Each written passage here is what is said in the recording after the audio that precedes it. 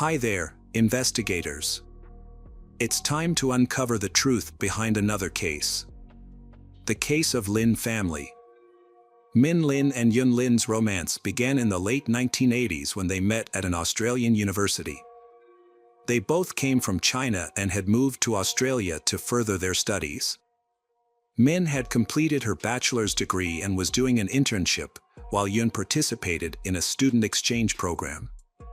They met each other after meeting accidentally in the university hallway. After graduating, they got married and settled in North Epping, Sydney, where their love continued to grow into a strong, close-knit family. Min and Yun had their first child, Brenda Lin, in August 1994. She was mostly known as Brenda. Their son, Henry, was born in 1997, and their youngest child, Terry, was born in 2000. At the start of the 2000s, Min and Yun decided to start a business, opening a small newsroom. Through their hard work, it became a successful news agency with a publishing arm on Rose Street. The Lin family's business success had brought them economic security. A spacious house, a luxury car, and good education for their children. Min had handled business affairs, while Yun had focused on taking care of their home and children. Neighbors had respected the Lin family for their hard work and kindness. As parents, Min and Yun had been appreciated for their care and love for their children. They had never quarreled, their children had been very obedient and close-knit. Brenda, the eldest daughter, had stood out for her beauty, good academic performance, and kindness towards animals. Henry and Terry, two sons, had been both active and loved sports, especially soccer. As the Lin family had settled into life in Australia and their assets had increased, they had begun bringing relatives from China to live with them. In the early 2000s, Min's parents had been the first to move to North Epping and had helped with childcare.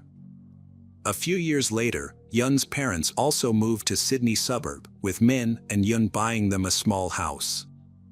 Yun's sister, Irene, came to live with the Lin family, assisting with household chores and the children. By this time, the Lin family business was generating substantial income, reportedly nearing $1 million annually.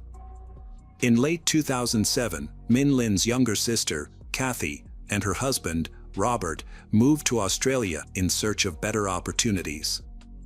They had visited before and briefly lived in Melbourne but had returned to China. This time, they were determined to settle in Australia for good. Robert was a former successful ear, nose, and throat doctor in China, decided to try his hand at entrepreneurship. He and his wife invested all their savings in a restaurant in Sydney, but the business struggled and eventually closed. Robert's subsequent attempts to open a cafe or snack bar also failed due to his lack of business skills and financial management experience. Lin's family had a habit of meeting every Friday night. Their last family gathering took place on July 17, 2009, at Kathy and Min's parents' home. The next morning, July 18, the Lin family's store had not been open, making longtime customers feel surprised and confused. This sudden closure had raised their concerns. One of them tried to contact Min multiple times but was unsuccessful, so they called Min's sister Kathy to see if she knew what was going on. Kathy was surprised and worried because her brother never closed the shop without making arrangements first. Kathy tried to call Min and Yun, but they didn't answer. She also tried calling their home phone, but no one picked up. Kathy and her husband Robert were worried, so they decided to visit Min's house to make sure everything was okay. They arrived around 9 a.m. and saw the family car. They went to the house. The front door was unlocked, but there was no sign of Min or his family inside. Kathy went upstairs. When she opened the bedroom door, she was shocked by what she saw. The room was covered in blood, including the floor, walls, ceiling, furniture, and curtains. Yun Lin's body was on the floor near the bed, and she had been severely mutilated. Kathy screamed and stumbled backward, was shocked by the gruesome scene. In the room next to where Irene slept, a terrible scene took place. Irene lay motionless on the bed, her face beaten and bruised. The bedrooms of Henry, 12, and Terry, 9, also revealed horrifying scenes. Both were brutally beaten to death. Their bodies were found in separate corners of the room.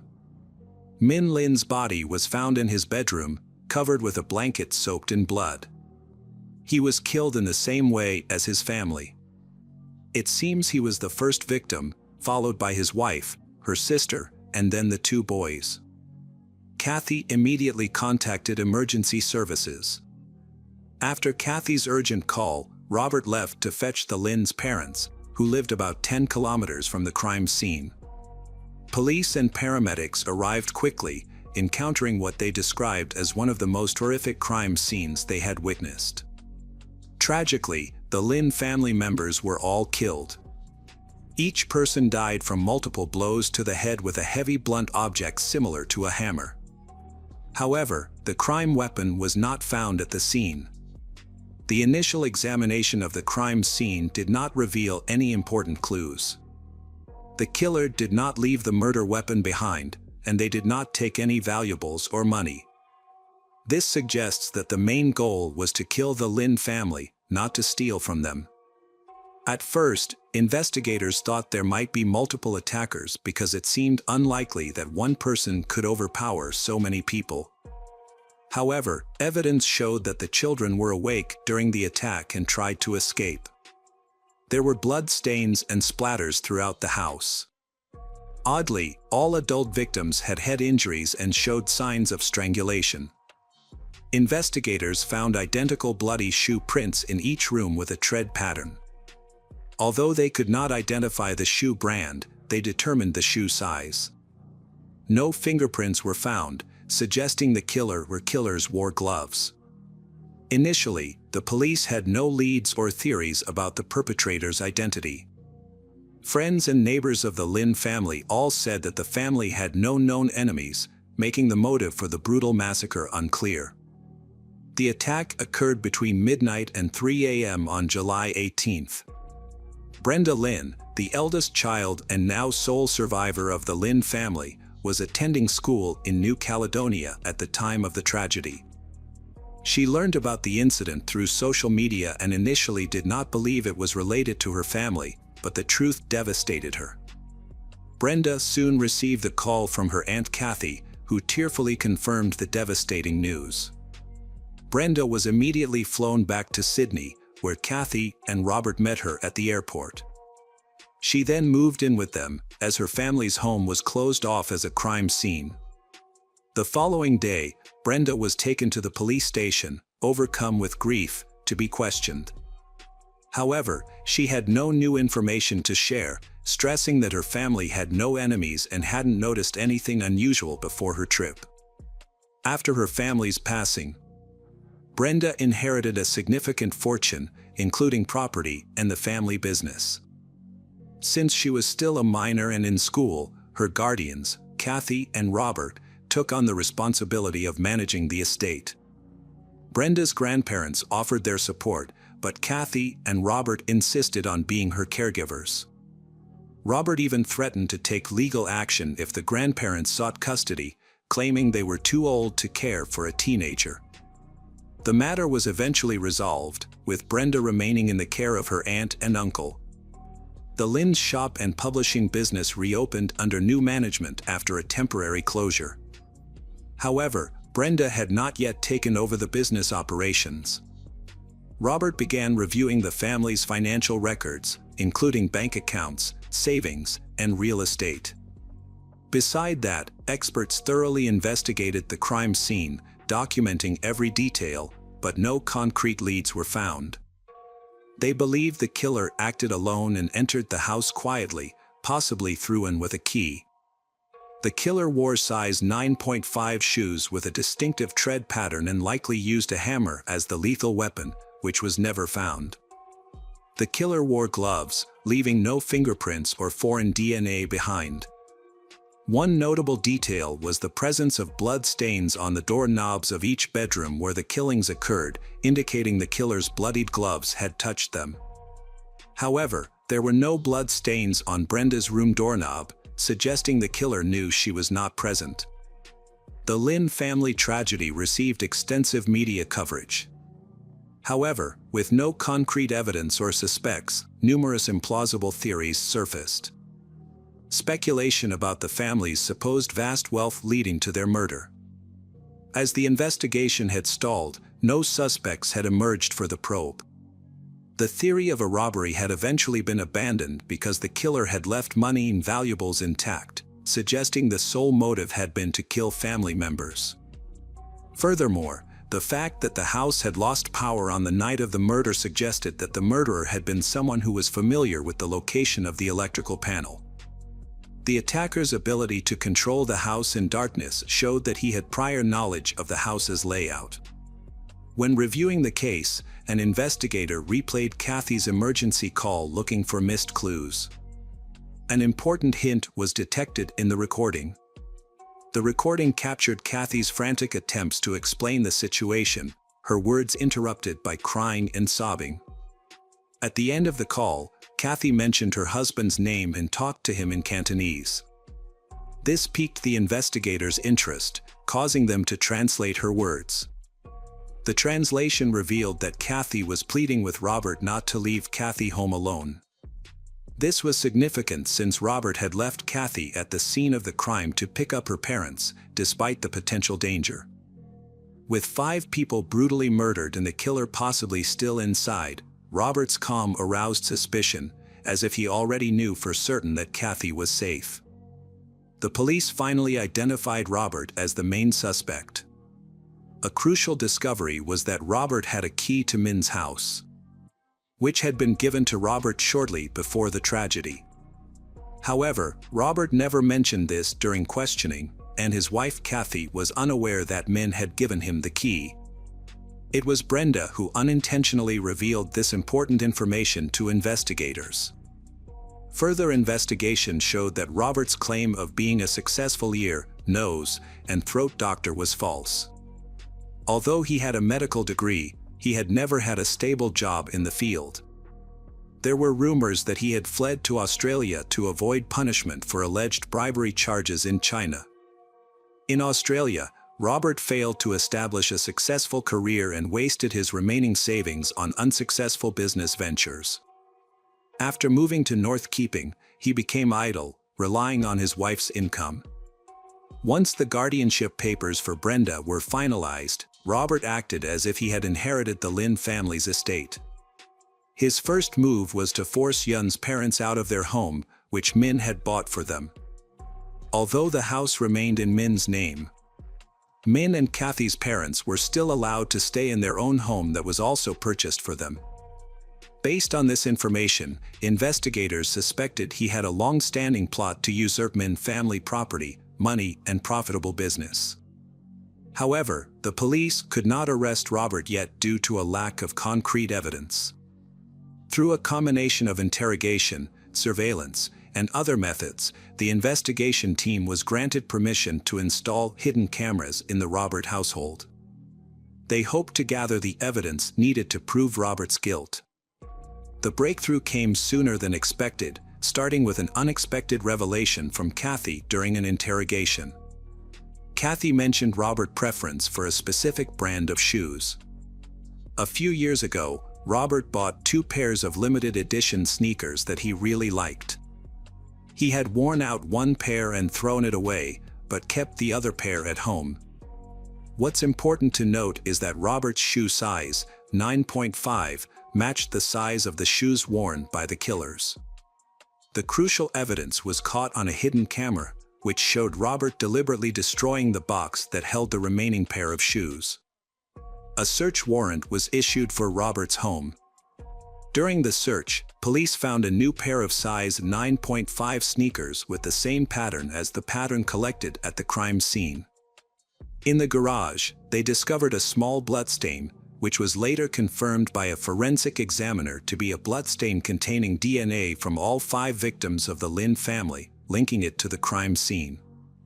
In May 2011, 2 years after the tragedy, Robert was officially arrested. He denied involvement, claiming the blood stains in his garage appeared after returning from Lin's house following the tragedy. He also downplayed the importance of the sneakers, saying they were new and he threw away the old shoes. While in prison awaiting trial, Robert shared a cell with a number of informants whom the police had arranged. During a conversation, he confessed to carefully planning the crime and covering his tracks. He bought the weapon in a store without surveillance cameras and gave his wife tea so she wouldn't wake up while he was committing the crime. He removed the hammer, shoes, gloves, and clothes so police would never find them. At trial, Robert denied everything. The only evidence against him is what the informant said and some indirectly clues. The jury failed to find Robert guilty and he was released on bail in December 2015. But when the trial resumed in June 2016, another informant said Robert had confessed to being haunted by Brenda since she was 13 years old. Brenda was questioned again and tearfully said Robert forced her to have sex when she first moved in. She kept silent about the abuse for years because she was afraid of what Robert might do. With this new information and other evidence, Robert was officially convicted of all charges. He was given 5 life sentences without the possibility of parole, 1 for each murder. All of his appeals were rejected. Hi there, investigators. It's time to uncover the truth behind another case. The case of Smith family. George Smith was born and raised in Greenwich, Connecticut. He came from a close-knit, caring family, an environment that nurtured his intelligence. His father, George Smith Sr., owned the liquor store in the town, which was not just a job, but a passion that brought him joy. George Smith pursued higher education in business at Babson College in Massachusetts and graduated in 2000. After completing his studies, he worked in Boston as a data mining analyst for several years. However, he realized that his true passion was helping his family in the business. In 2005, George made the conscious decision to return home to learn the basics of business from his family's store. His goal was to one day take over the business, allowing his parents to retire and enjoy the fruits of their labor. In 2002, at a reunion with old friends, George Smith met Jennifer. She, a Connecticut native who had just found work as an elementary school teacher, would later become his life partner. George was immediately attracted to her beautiful appearance, open personality, and strong ambition, and they quickly fell deeply in love.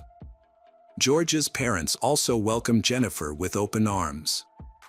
3 years later, in 2005, when George was 26, they decided to tie the knot and start a new life together. Their picturesque wedding ceremony was held right on the beach at the Castle Hill Inn, Newport, Rhode Island. Nai sao bui lu, cap doi moi koi de tan hong tuan trang mat xa hoa kio de 12 gay tren du Thuyen Royal Caribbean. Their journey began in Barcelona on June 29, with stops in France's Côte d'Azur and along Italy's coast. On board, George and Jennifer befriended another couple and a young man named Josh Askin from California. Josh Askin, a 20 years old with a great sense of humor, quickly became friends with George. The group had a great time together.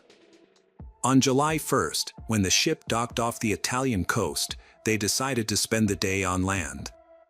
July 4th, they explored the island, wandering through the narrow streets of the old town, swimming in the crystal-clear Aegean Sea, and sampling local cuisine in quaint taverns. They were carefree and happy, enjoying each other's company and the island's beauty. The group left Mykonos with unforgettable memories and planned to continue the fun on the ship's deck that evening. After a romantic dinner, George and Jennifer rejoined their friends on the ship.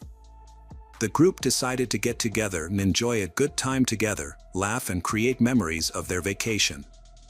The evening was filled with laughter and excitement. After enjoying appetizers and drinks, the newlyweds, accompanied by Josh Askin, headed to the ship Sea Esquino to continue the fun.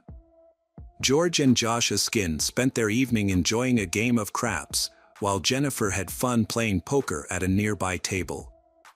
As the night came to a close, the newlyweds had lost a substantial amount of money, but they joked about it lightheartedly, unbothered by their losses. After the Siaskino closed, they decided to keep the party going. Later, around 2:30 a.m. on June 5, 2005, security cameras on the Greek island of Mykonos caught footage of George leaving the Siaskino, but it remains unclear whether he returned to his cabin afterwards. George Smith, a 26-year-old newlywed, is on his honeymoon with his wife Jennifer. They is having a fantastic time together, soaking up the lively atmosphere and entertainment on board. However, their enjoyable evening suddenly takes a mysterious turn. Upon investigating the incident, the ship's captain searched George's cabin, finding unusual footprints under the window, as well as evidence of a disturbance on deck. George was missing, and footprints at the scene suggested there may have been a struggle, raising doubts about George's safety. The sudden disappearance of the newlywed couple spread quickly, causing passengers on the ship to become worried and scared. The crew cordoned off Deck 7 and restricted access to cabins while they searched for George and Jennifer. After finding blood, it was presumed that they had vanished under mysterious circumstances. The senior officer took charge of the investigation and went to their stateroom to gather more information. Based on the evidence, it was suspected that George might have fallen overboard. Meanwhile, the search for they continued on the other side of the ship. By 10 a.m., Jennifer was found in a ship spa, where she was receiving a pre-booked massage. She looked surprised and worried, claiming she had no idea where her husband was and hadn't seen him since the previous night. According to Jennifer, she woke up and found George not there, but she thought he was with friends or in another cabin. She then went to her spa appointment without giving his absence the second thought. At noon, Turkish authorities boarded the ship to investigate the disappearance of George. The captain reassured passengers that the investigation was necessary to understand what happened and hoped it would end quickly. The police began by questioning George's wife, Jennifer, who was visibly agitated and seemed to have limited information about her husband's disappearance. Jennifer told the police that she had last seen George the previous night and that Royal Caribbean staff had informed her that he may have fallen overboard. The discovery of blood on the boat's awning suggests that something terrible has happened to George. As a result, Jennifer became the main suspect due to her agitated state and apparent lack of knowledge about her husband's disappearance. The investigators then examined cabin 962, which was found to be in disarray, suggesting a possible struggle. In the bathroom, they discovered small drops of blood on the carpet and towel, as well as fingerprints on the balcony railing. Furthermore, 2 small blood stains, each approximately 2 centimeters long, were found on the bedding. The blood samples were later identified as belonging to George. George's disappearance from the cabin remains a mystery, and all evidence points to the fact that he experienced trauma before he disappeared. A chair on the balcony, positioned to allow someone to sit next to the railing, caught the investigators' attention. Marks on the railing suggested someone had indeed sat there, sparking suspicion that George might have fallen.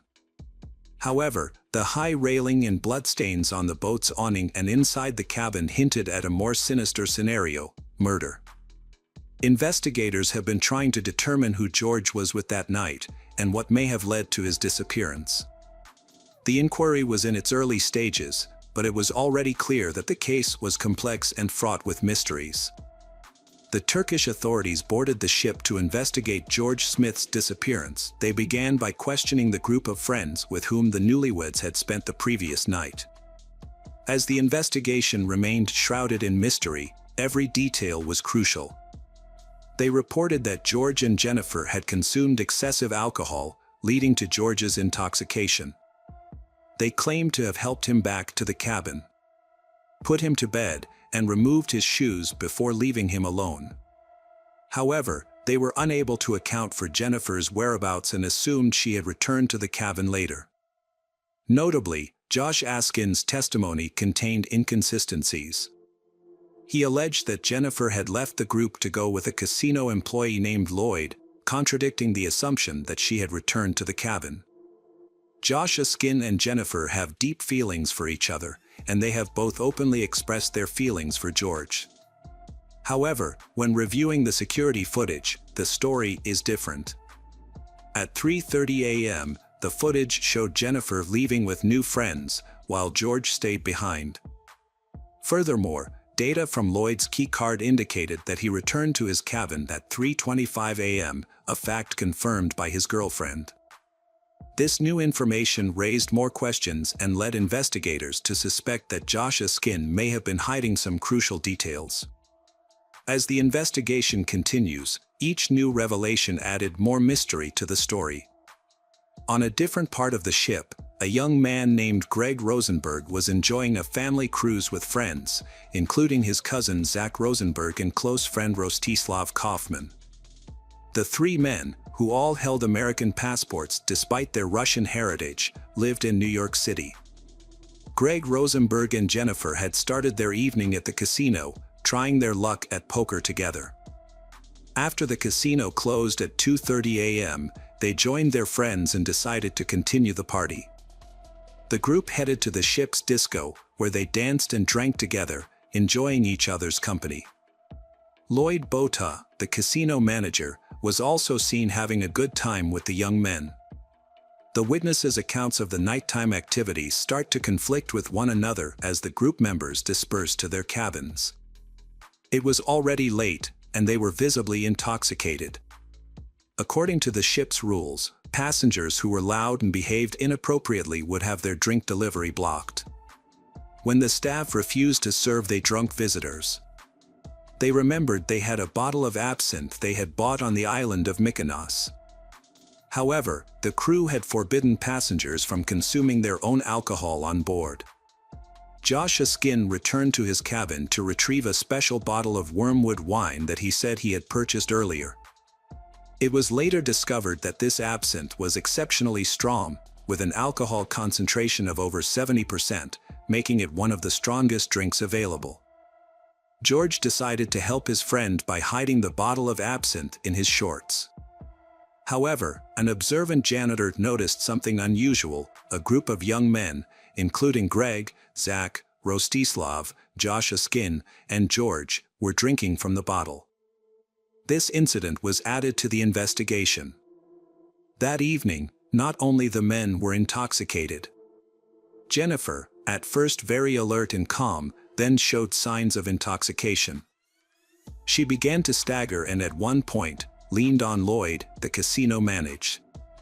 Some thought she was trying to regain her balance, while others interpreted it as flirting. What happened next between Jennifer and George remains unclear. According to eyewitness accounts, they got into an argument, but it's unknown if they were joking or serious.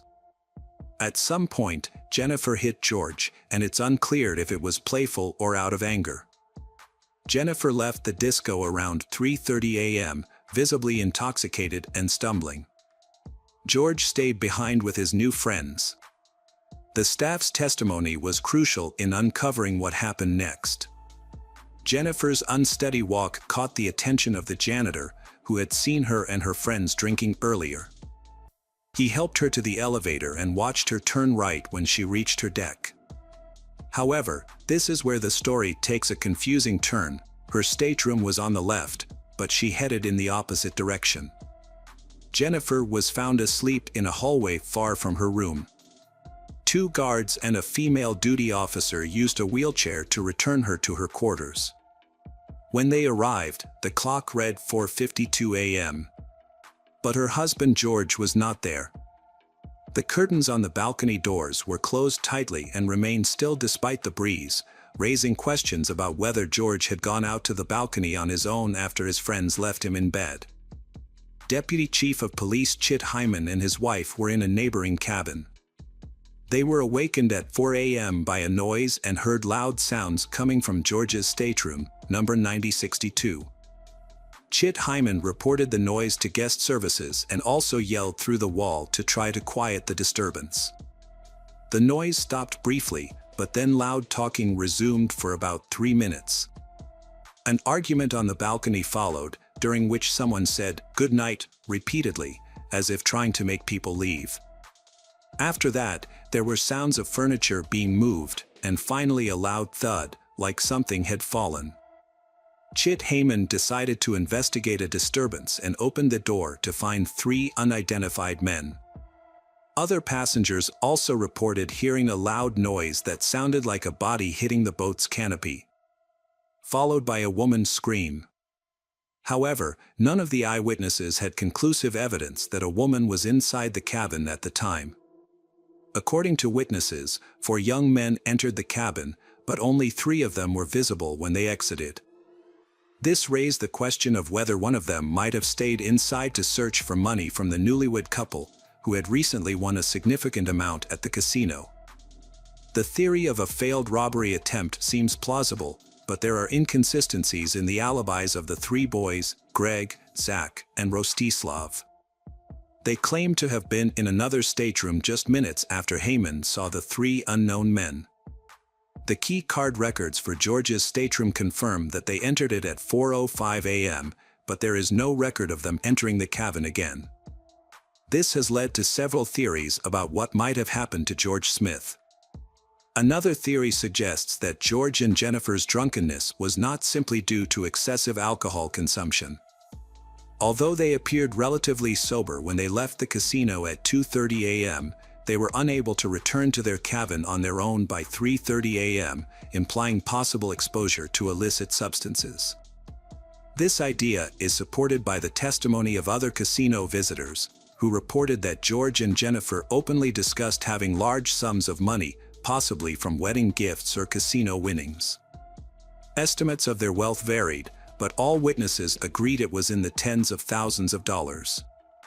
The fact that George wore an expensive Breitling watch and Jennifer owned a valuable engagement ring further suggested they were wealthy.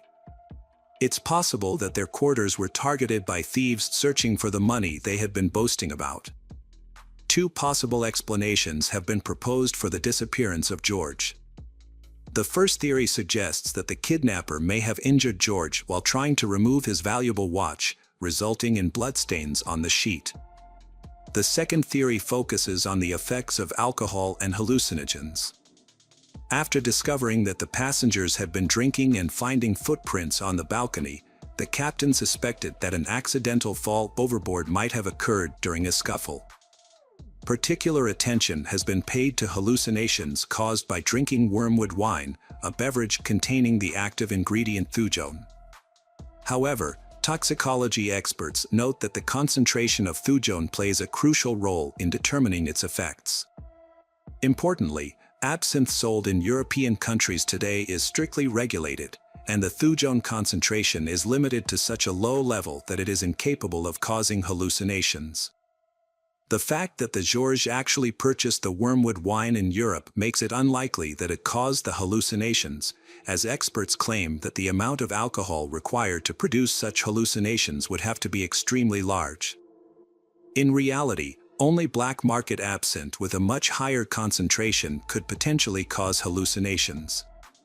In the investigation into George Smith's disappearance, the FBI conducted polygraph interviews with Jennifer and Lloyd Bota, and who both passed.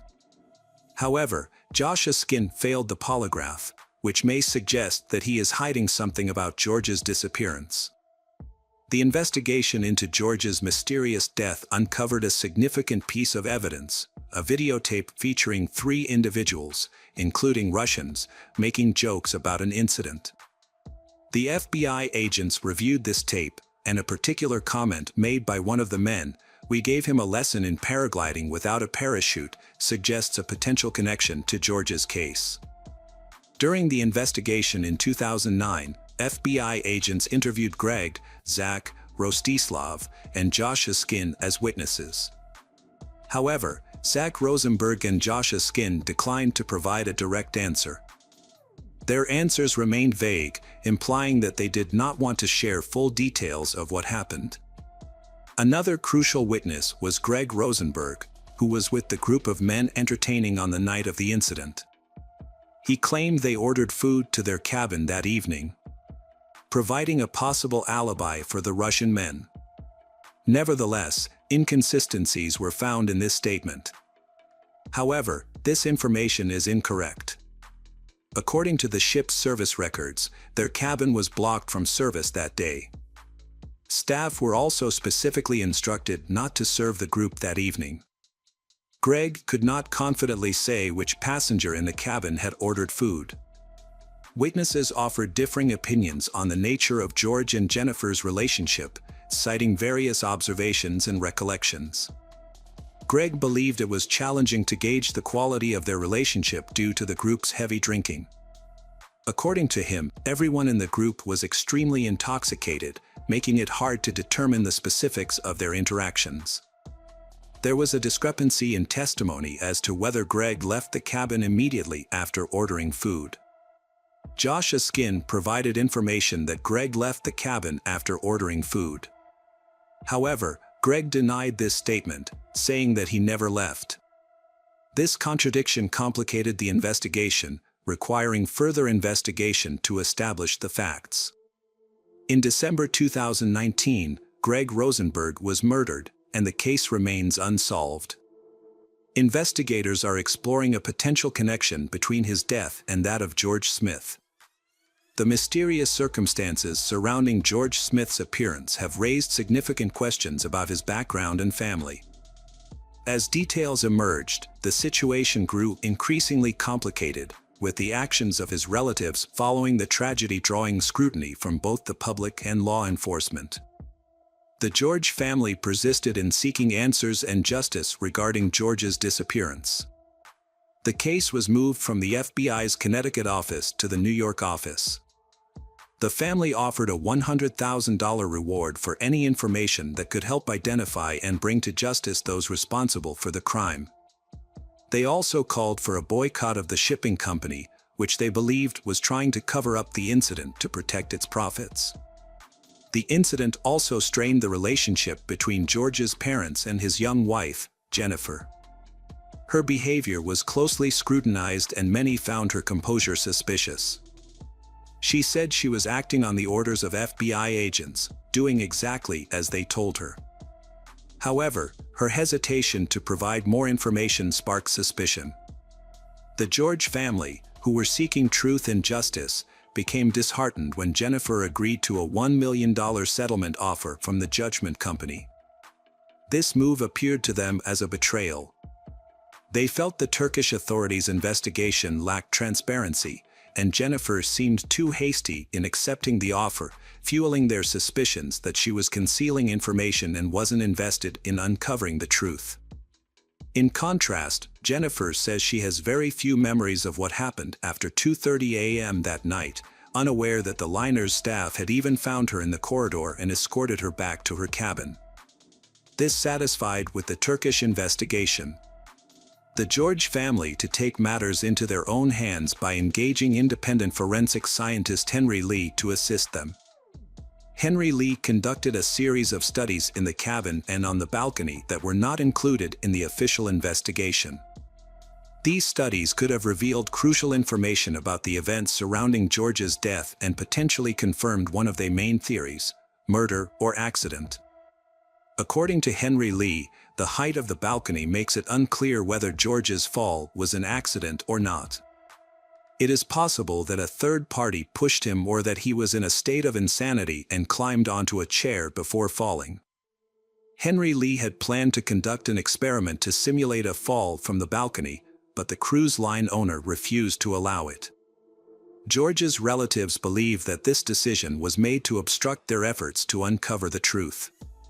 Henry Lee also conducted investigations in the cabin, on the balcony, and on the boat, but the results of these investigations were not made public.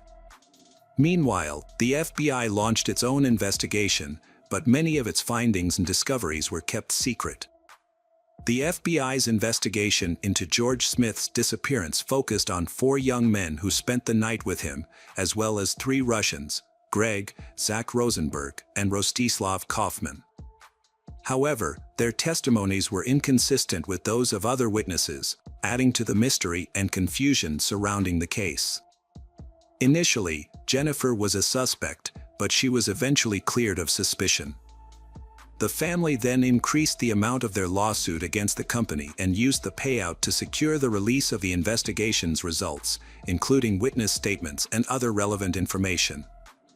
Jennifer was left to cherish the memories of George and dedicated herself to charitable work in his honor.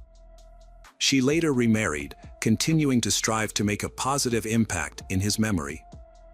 The FBI launched an extensive investigation into George Smith's disappearance, but it was ultimately unable to uncover the truth about his fate or recover his body.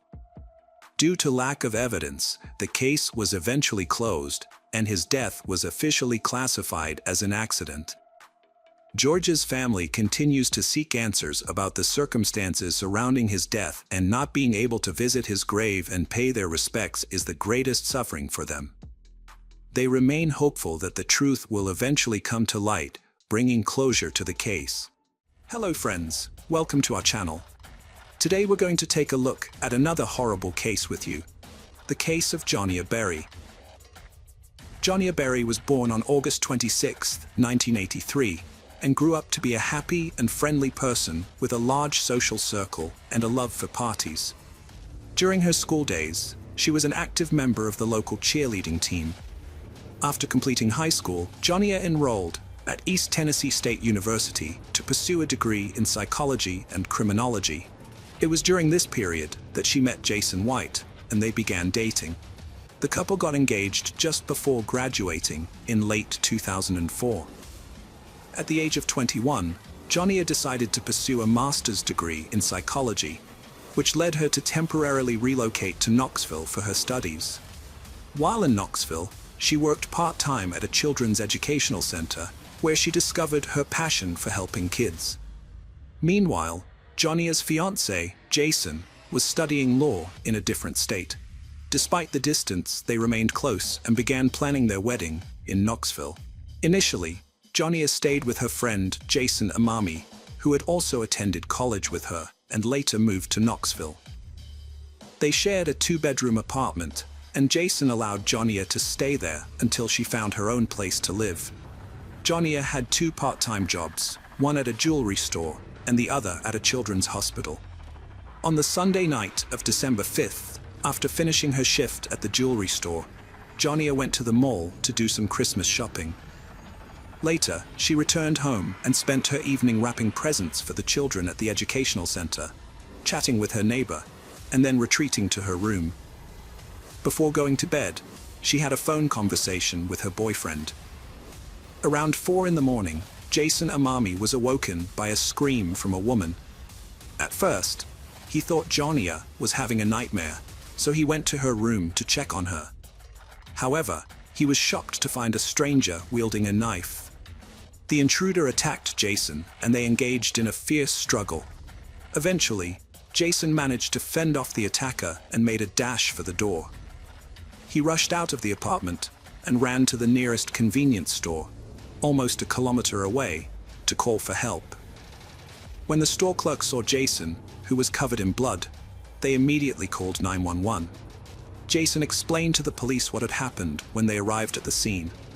At their apartment, the police found Johnny lying in the hallway that connected 5 apartments. She was still alive, but barely conscious. When the police questioned her about the attacker, she could only provide weak clues. The police searched the entire building and the surrounding area, but were unable to find the attacker. They rushed Johnny to the nearest hospital, where despite the doctor's best efforts, they were unable to save her. The doctor reported that she had suffered more than 20 stab wounds, making survival highly unlikely. Jason had 8 wounds from the attacker.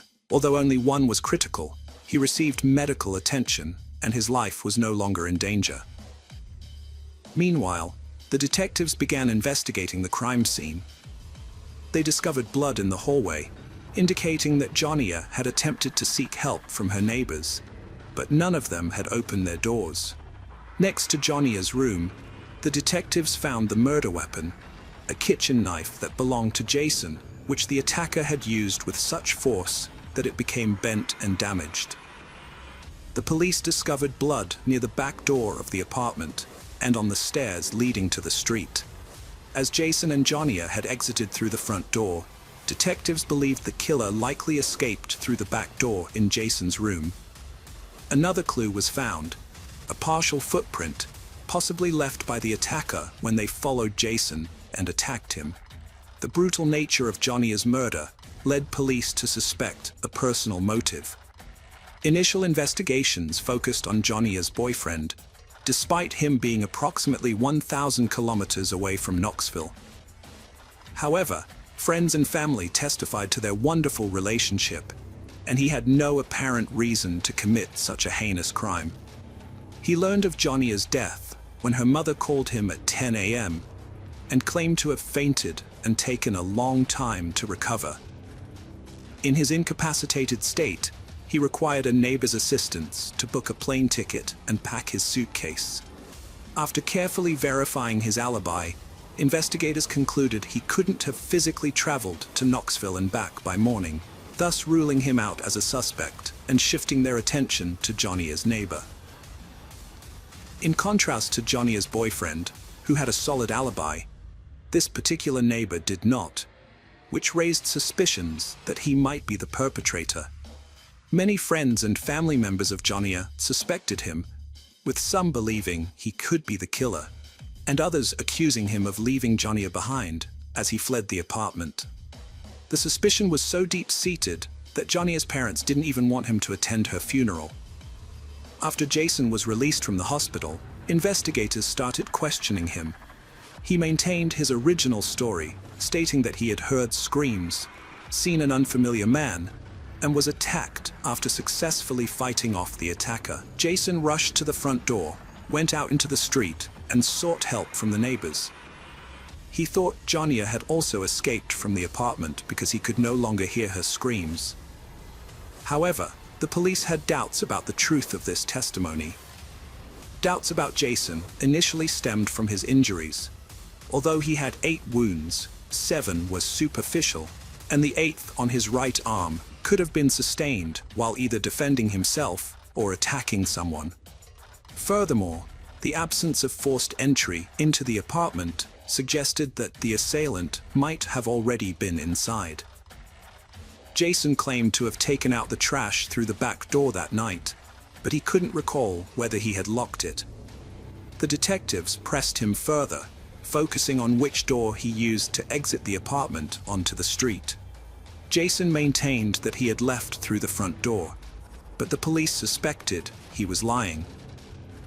If Jason had actually exited through the back door, it would account for the bloodstains near the door leading to the stairs, thereby heightening suspicions against him. Additionally, the police accused him of using and selling illegal drugs and of becoming aggressive when he couldn't get his fix. Jason denied all these allegations, but the investigators continued to level various charges against him. After spending several hours at the police station, the detectives asked Jason to take a polygraph test, and to their surprise, he accepted. An expert was brought in to administer the test, during which Jason was asked a series of leading questions. When the test was over, the investigators told him that he had failed, suggesting that his responses were false. This news caused Jason to become extremely upset, shouting that he was innocent and had no involvement in the crime, that his life was in danger, and that the real perpetrator was still at large. Despite his protests, the detectives remained skeptical. Police couldn't charge Jason due to lack of evidence. Lab analysis of the murder weapon revealed 3 DNA samples: the victim's, Jason's, and an unknown man's. The unknown DNA was also found elsewhere in the apartment. A bloody fingerprint on the knife handle didn't match Jason's. These findings suggested another person was present, but the unknown DNA didn't match any in the database. Despite this, public opinion still doubted Jason's innocence. Jason developed PTSD after a flawed polygraph test led to false accusations. In reality, Jason had severe lung and neck injuries with little hope of recovery. However, due to police report inaccuracies, his treatment was only 25% covered, leaving him in financial distress. After the police stopped suspecting him, they started questioning Jason as a witness. Based on his account, they managed to create a rough description of the attacker. However, the situation was complicated by the fact that Jason didn't get a clear look at the assailant's face. The apartment was dimly lit, and the attacker had pounced on him as soon as he left the room. In Jonia's room, the investigators made an intriguing discovery. A cap was found near the back staircase, along with discs and a stereo player. At first, they thought these items might belong to Jonia or Jason, but Jason denied any connection to them, claiming they were not in his apartment. This led the investigators to suspect that the killer might have left them behind. The police released a rough sketch of the suspect to the media, and after it was published, they received hundreds of leads. Many people reported individuals who vaguely matched the sketch, prompting the detectives to investigate each of these leads. One lead in particular caught their attention: a group of local teenagers known to break into houses to steal. One of these teenagers, 19-year-old Michael, bore a resemblance to the suspect's sketch. The police launched a search for Michael, which was made more complicated by the fact that he was already wanted for theft. With the possibility of his involvement in murder, 2 police units joined the search for Michael. They tracked down Michael and brought him in for questioning about the murder. As soon as he was in custody, the investigators turned their attention to his shoes, which had a tread pattern that was similar to the footprint found at the crime scene. They took DNA and fingerprint samples from Michael and sent them to the lab for analysis. While waiting for the results, they questioned him, and he made a surprising confession. Michael claimed that he and a friend had broken into Gia's apartment that night, intending to steal valuables. However, he said his friend had taken a knife and attacked Gia. But the detectives soon grew suspicious of Michael's story. The details he provided didn't match the evidence they had collected, and there was no sign of 2 strangers at the crime scene. The lab results only added to their doubts. Michael's DNA and fingerprints didn't match those found at the murder scene, and his shoes didn't match the tread pattern found in Gia's room. In the end, the police concluded that Michael had made up the whole story. It may seem strange, but it's not uncommon for people to falsely confess to high-profile crimes, often to get attention or a reward. It's unclear what motivated Michael, but his confession turned out to be completely false. Following the murder, investigators questioned over 1,000 potential suspects and collected around 400 DNA samples. However, none of them matched the evidence found at the crime scene. In an effort to encourage people to come forward with information, a reward was offered early on in the investigation. As time went on, the reward amount increased each month. By December 2005, a year after the murder, the reward had reached $60,000. The state governor also contributed an additional $20,000 from his own funds, drawing even more public attention to the case. Despite the many leads, all of them ultimately led to dead ends. As a result, the case remained unsolved for several years. In 2007, the victims' parents took action seeking changes in state legislation. They found it surprising that the murderer's fingerprints and DNA were not in any databases, considering the brutality of the crime. The parents refused to believe that this was the perpetrator's first offense. They later discovered that, according to Tennessee laws, fingerprints and DNA samples were only collected from people who had been convicted of a crime. Jason's parents were determined to bring about change. They took an active role in shaping a new law that required the collection of DNA samples from all individuals arrested for violent crimes. The authorities backed this initiative, and the law was passed in May 2007. 2 months later, a significant breakthrough occurred in the case. The police arrested 22-year-old Taylor Lee Olson for violating his probation terms. Olson had a lengthy criminal record, mainly involving theft, check forgery, and auto theft, with multiple previous arrests. Remarkably, despite his history of run-ins with the law, his fingerprints and DNA had never been collected.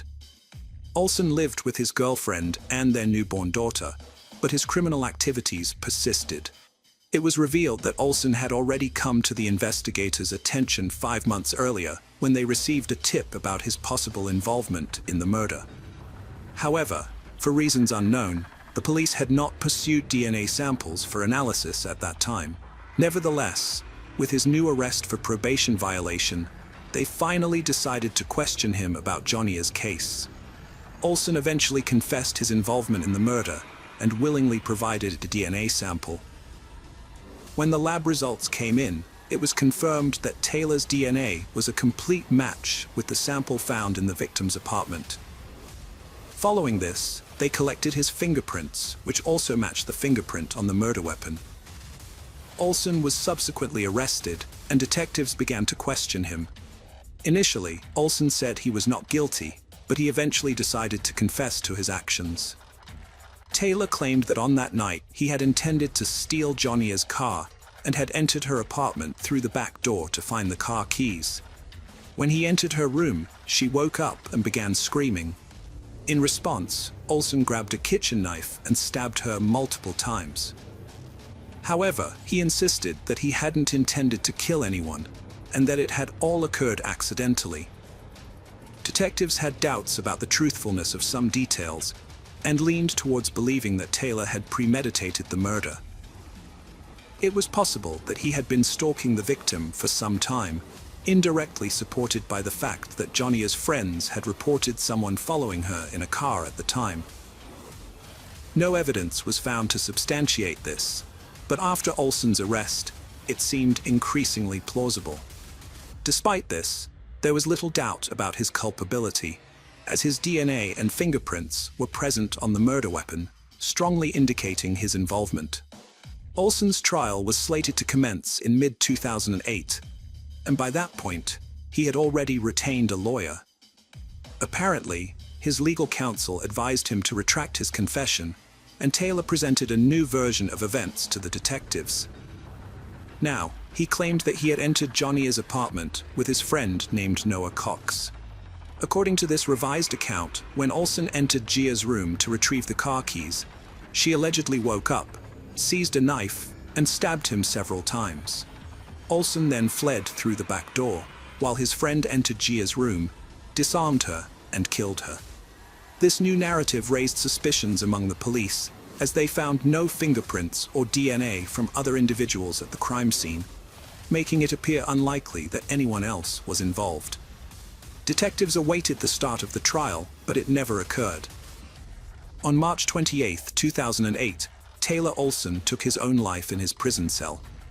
Alongside him, several suicide notes were discovered, addressed to his family, Joan, his relatives, and the police. In the note to the detectives, he once again alleged that his friend Noah Cox was the actual perpetrator and also apologized to Gia's family and his own.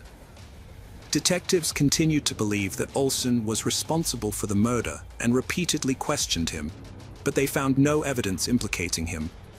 Gia's parents also remained skeptical, believing that Olsen was lying. In their view, if Taylor was truly innocent, he wouldn't have taken his own life. It seemed more likely that he simply did not want to spend the rest of his life in prison. Furthermore, for several months following his initial confession, Olsen had consistently maintained that he had entered the apartment alone and that there was no one else with him. The sudden change in his story to shift blame onto his friend raised further doubts. Hello friends, welcome to our channel. Today we're going to take a look at another horrible case with you. The case of Blumel family.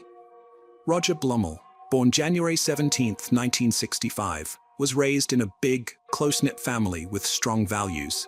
Even in high school, he was driven and ambitious. He worked in transportation and later discovered his talent in sales, where he excelled. Friends say he could sell anything to anyone, thanks to his kind, cheerful personality. He was always happy and loved making others smile. Roger enjoyed a fulfilling life and a strong bond with his family, but something was missing: a life partner. That all changed one day when he met the right person. Although the details of their meeting are unclear, a close friend recalled that Roger was immediately smitten with a young woman and confidently declared his intention to marry her by the end of the evening.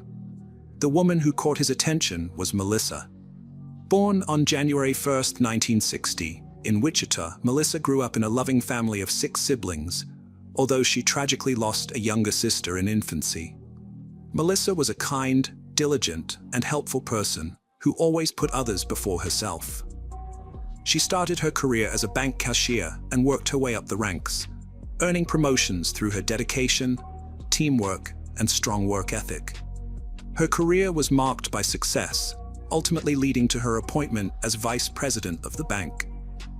The first meeting of Roger and Melissa marked the start of a lifelong partnership between 2 kindred spirits, who tied the knot in 1991. On the surface, the Blumels seemed to have it all. Melissa's rapid rise through the banking ranks, while Roger's charisma enabled him to successfully launch his own business venture. With a natural talent for bringing people together, Roger thrived on sharing good times with friends and spreading joy to those around him.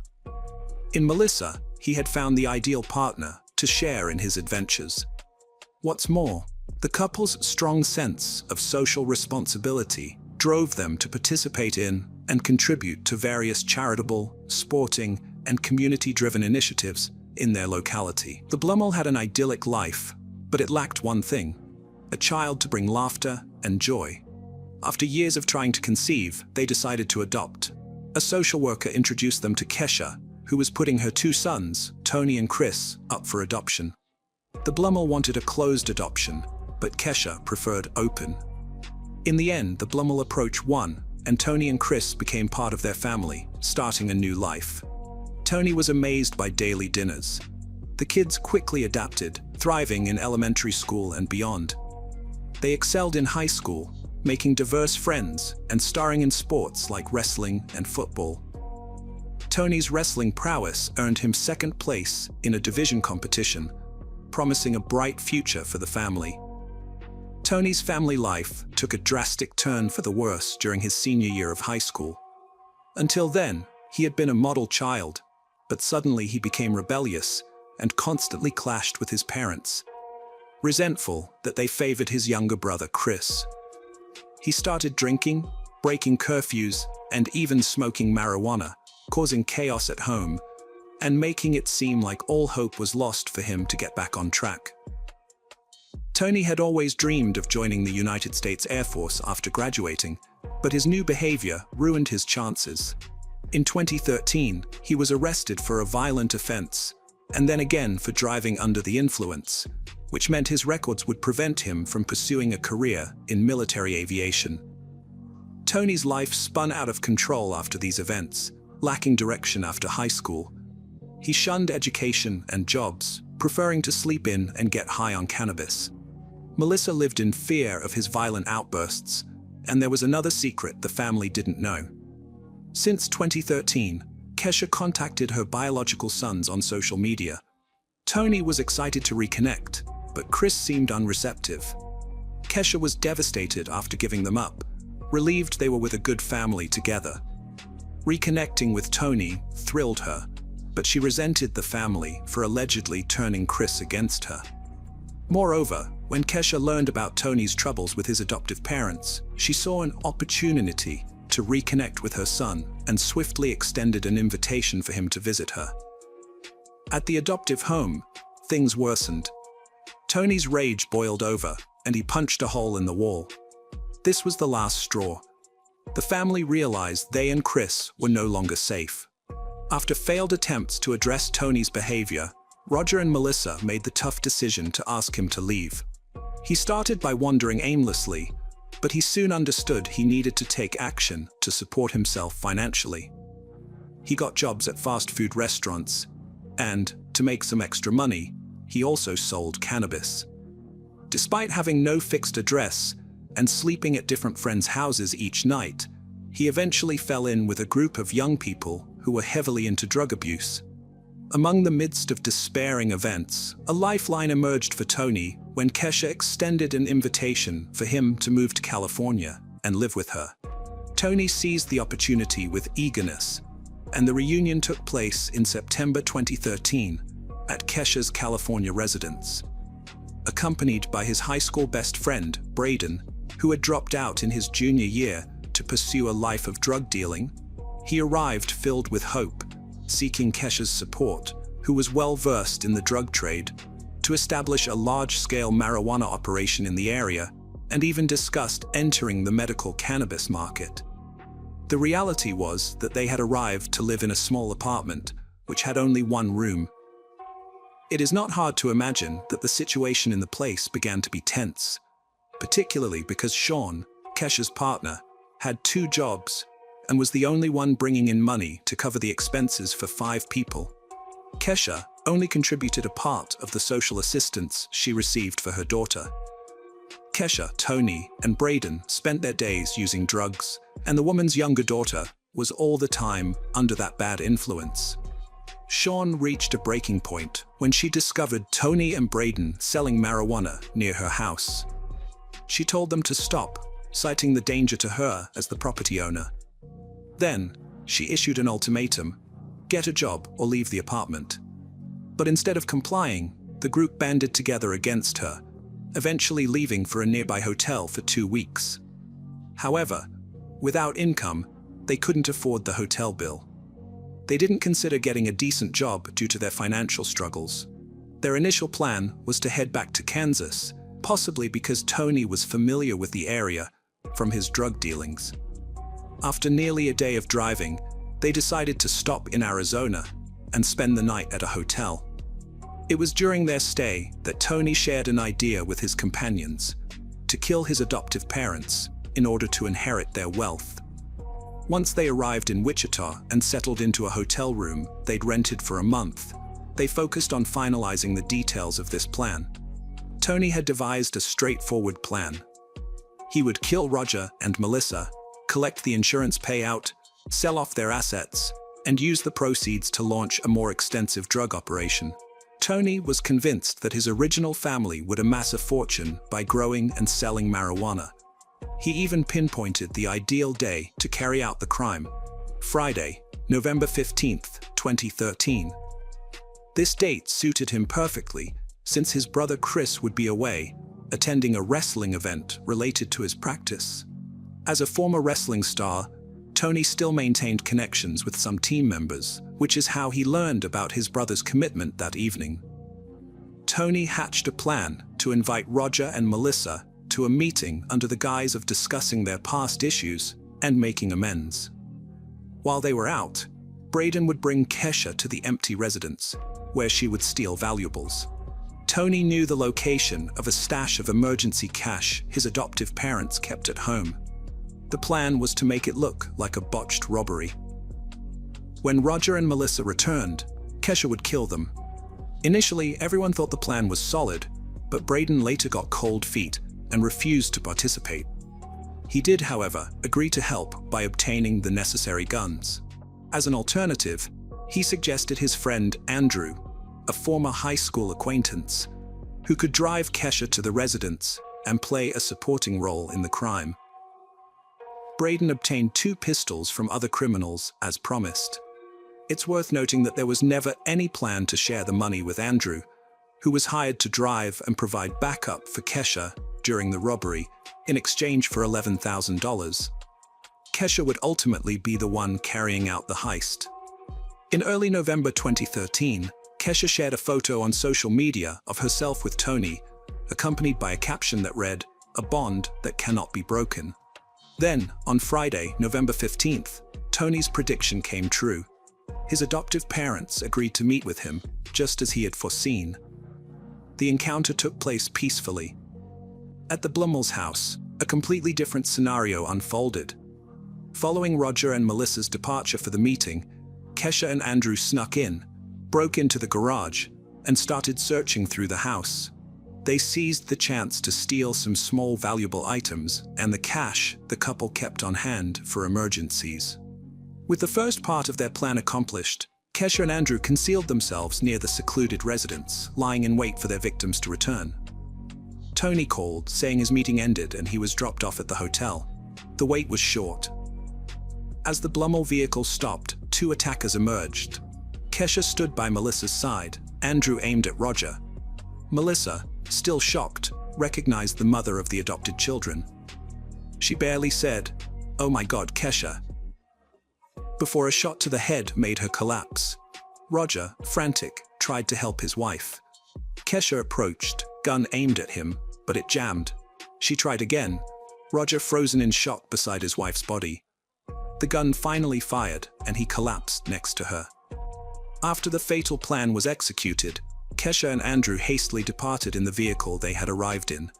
The Blummel spouses remained at the scene until approximately 9:15 p.m. when Chris returned from his meeting to find the devastating scene. He quickly called 911, reporting that he had just arrived home to find his parents semi-conscious inside their van. He described Roger as coughing and Melissa as nodding her head up and down, both with visible gunshot wounds to their heads. The dispatcher instructed him to attempt resuscitation efforts while emergency services arrived shortly thereafter to take control of the situation. Miraculously, the Blummel was still alive, their lives clinging to a fragile thread, and were swiftly rushed to a hospital. Meanwhile, back at the hotel where they were staying, Kesha appeared to suffer a panic attack, declaring that she urgently needed to take an illicit substance, which she proceeded to do, joined by the other boys.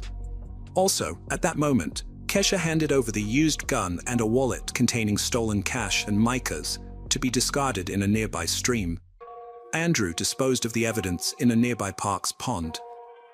The next day, Tony used the proceeds to start dealing marijuana, earning his first $100 profit. Tragically, on the same day, Melissa lost her battle with illness and passed away at the age of 53.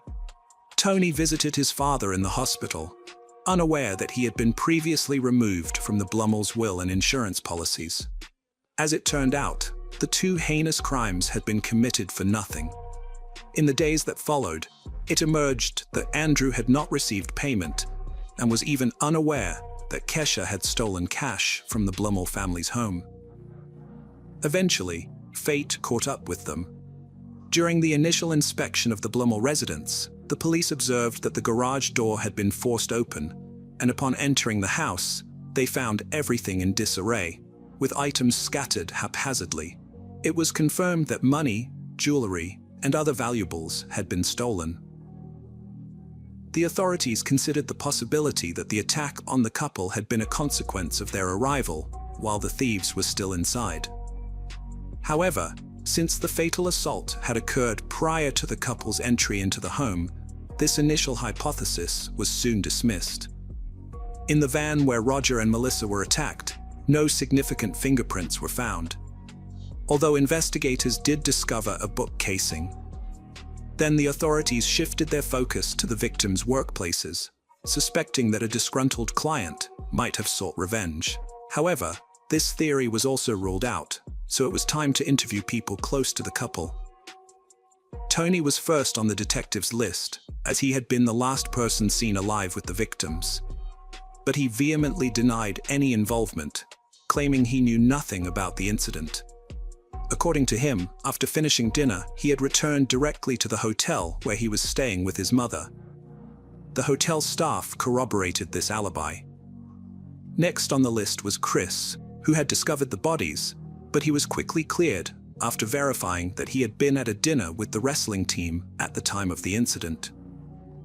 However, the investigators discovered an anomaly in his behavior. He didn't appear overly distraught, instead seeming lost in thought.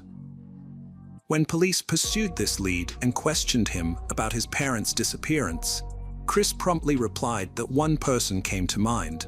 He added that the only individual who might harbor a grudge against their parents and possibly be capable of such an act was his older brother, Tony.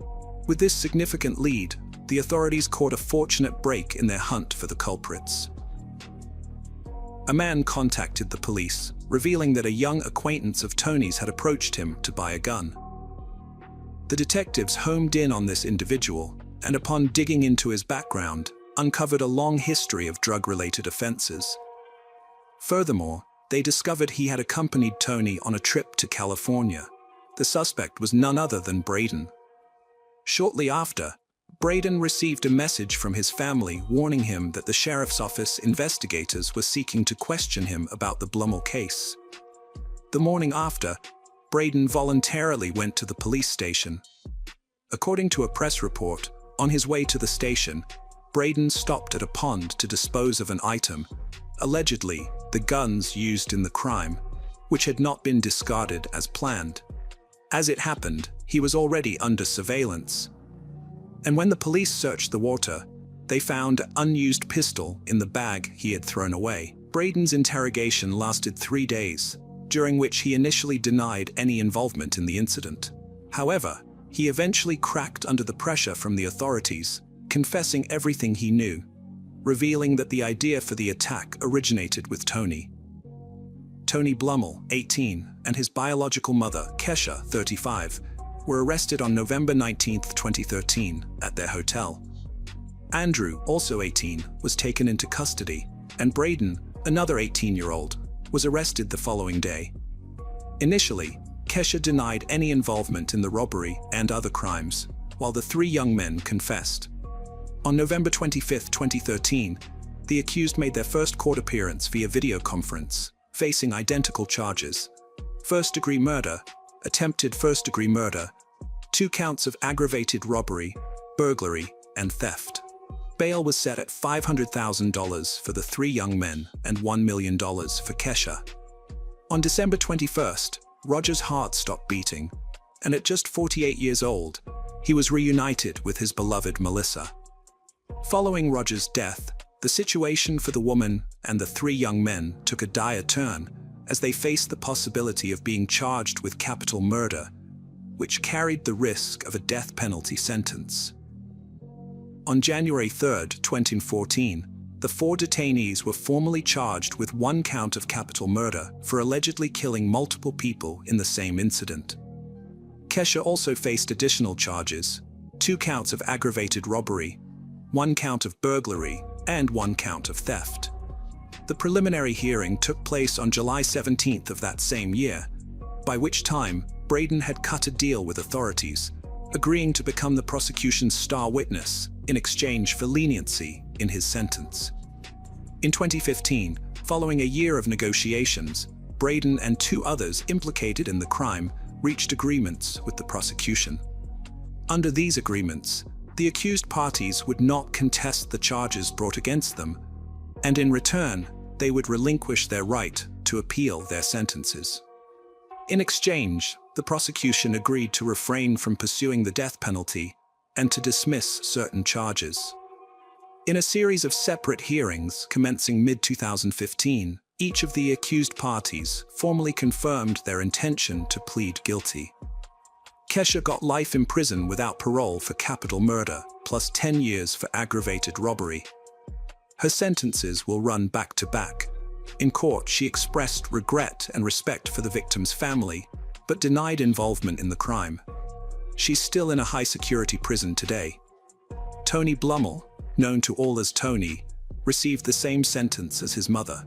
At the hearing, his aunt Christina read a victim impact statement, thanking authorities for justice and mentioning the love Roger and Melissa had shown Tony.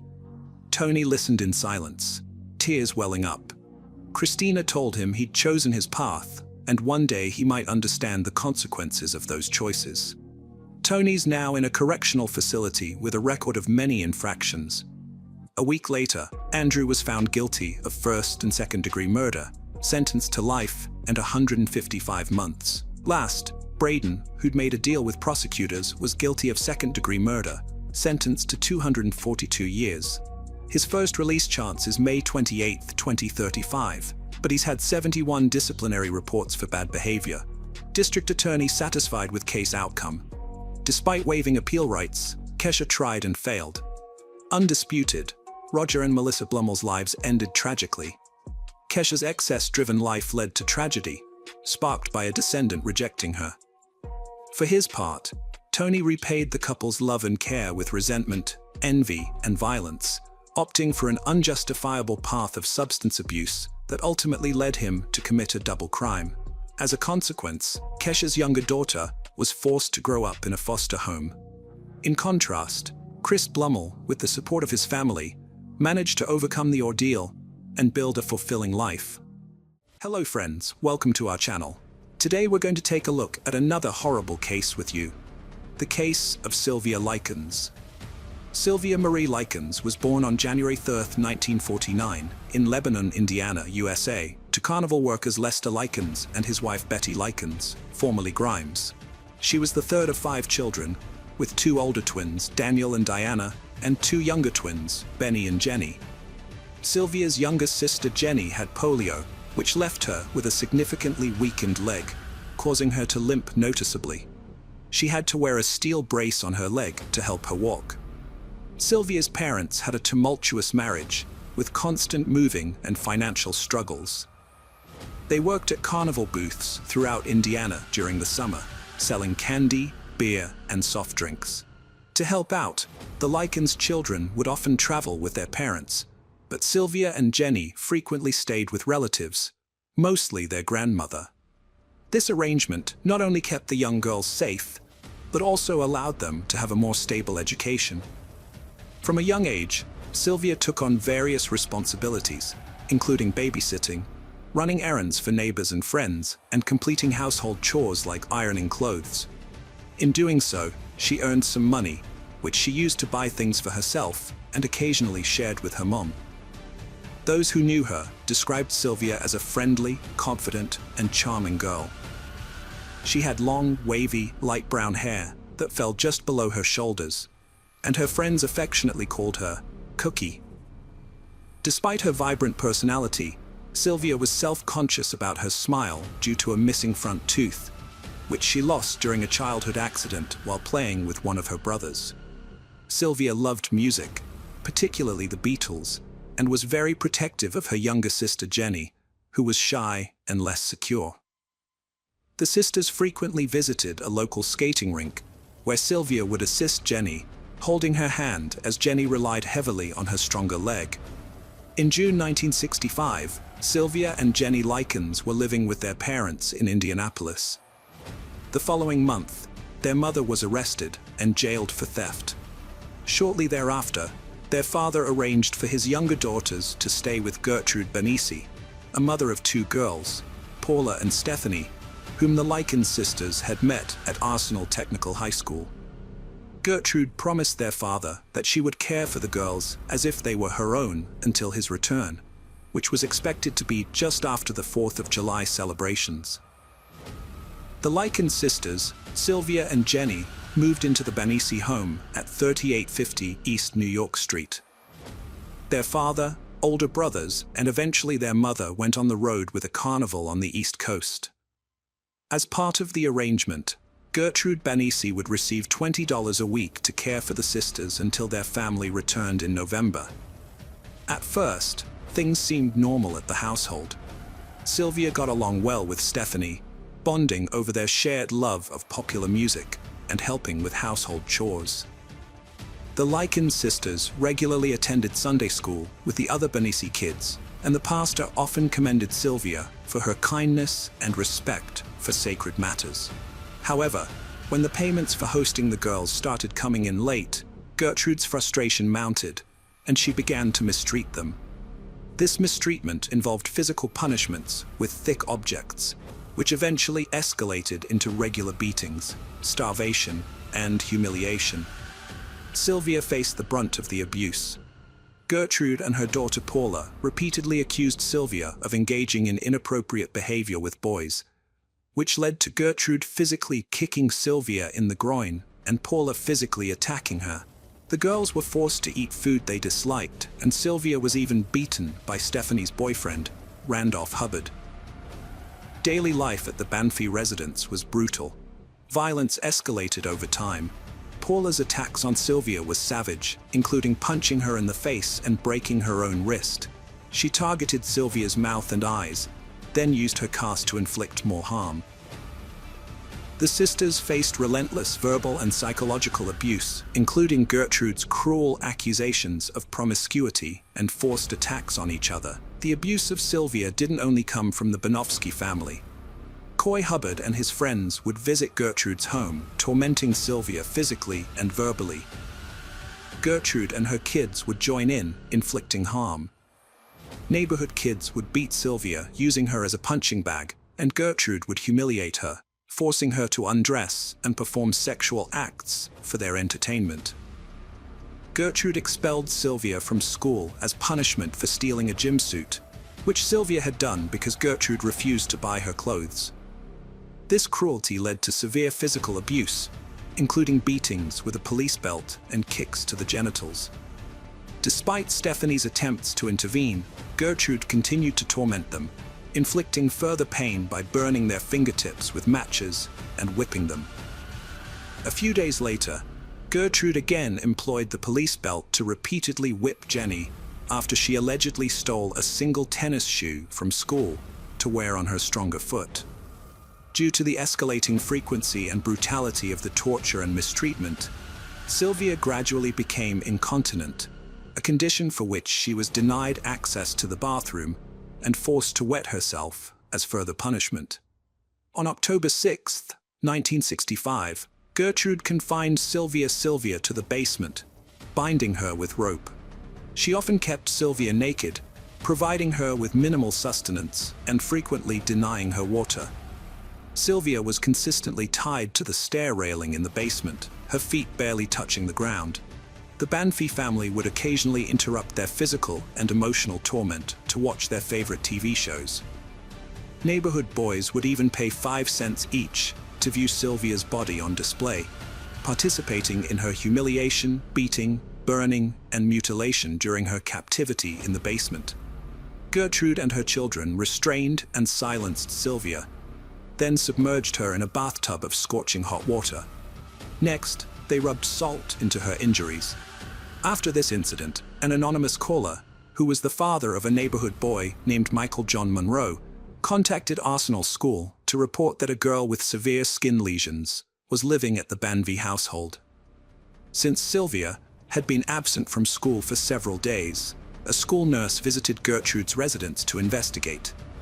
Gertrude claimed to the nurse that Sylvia had run away from home the previous week and that she was unaware of her current whereabouts. She also alleged that Sylvia's skin lesions were a result of her poor personal hygiene and that she was a negative influence on both her own children and her sister. The school did not pursue any further investigation into Sylvia's whereabouts or well-being. In mid-October, John Benazzi Jr. subjected Sylvia to a cruel and sadistic prank. He offered her a plate of soup, only to swiftly pull it away as she attempted to eat with her hands, which was difficult for her due to her severe malnutrition. Afterwards, Gertrude permitted Sylvia to sleep upstairs, but warned her that she must not wet the bed. Before going to sleep, Sylvia quietly asked Jenny for a glass of water, hoping to avoid dehydration. However, the next morning, Gertrude found that Sylvia had urinated on herself, and as a punishment, forced her to perform a humiliating and degrading act, masturbating with a glass bottle in front of the Banvi children. Shortly thereafter, Gertrude shouted for Sylvia to return to the kitchen, then ordered her to strip naked before proclaiming that she had branded her daughters, and now she was going to brand her. Gertrude began carving the words, "I'm a prostitute and proud of it," onto Sylvia's abdomen with a heated needle. When Gertrude was unable to complete the markings, she instructed 14-year-old Richard Hobbs to finish etching the words into Sylvia's flesh while she took Jenny to a nearby grocery store.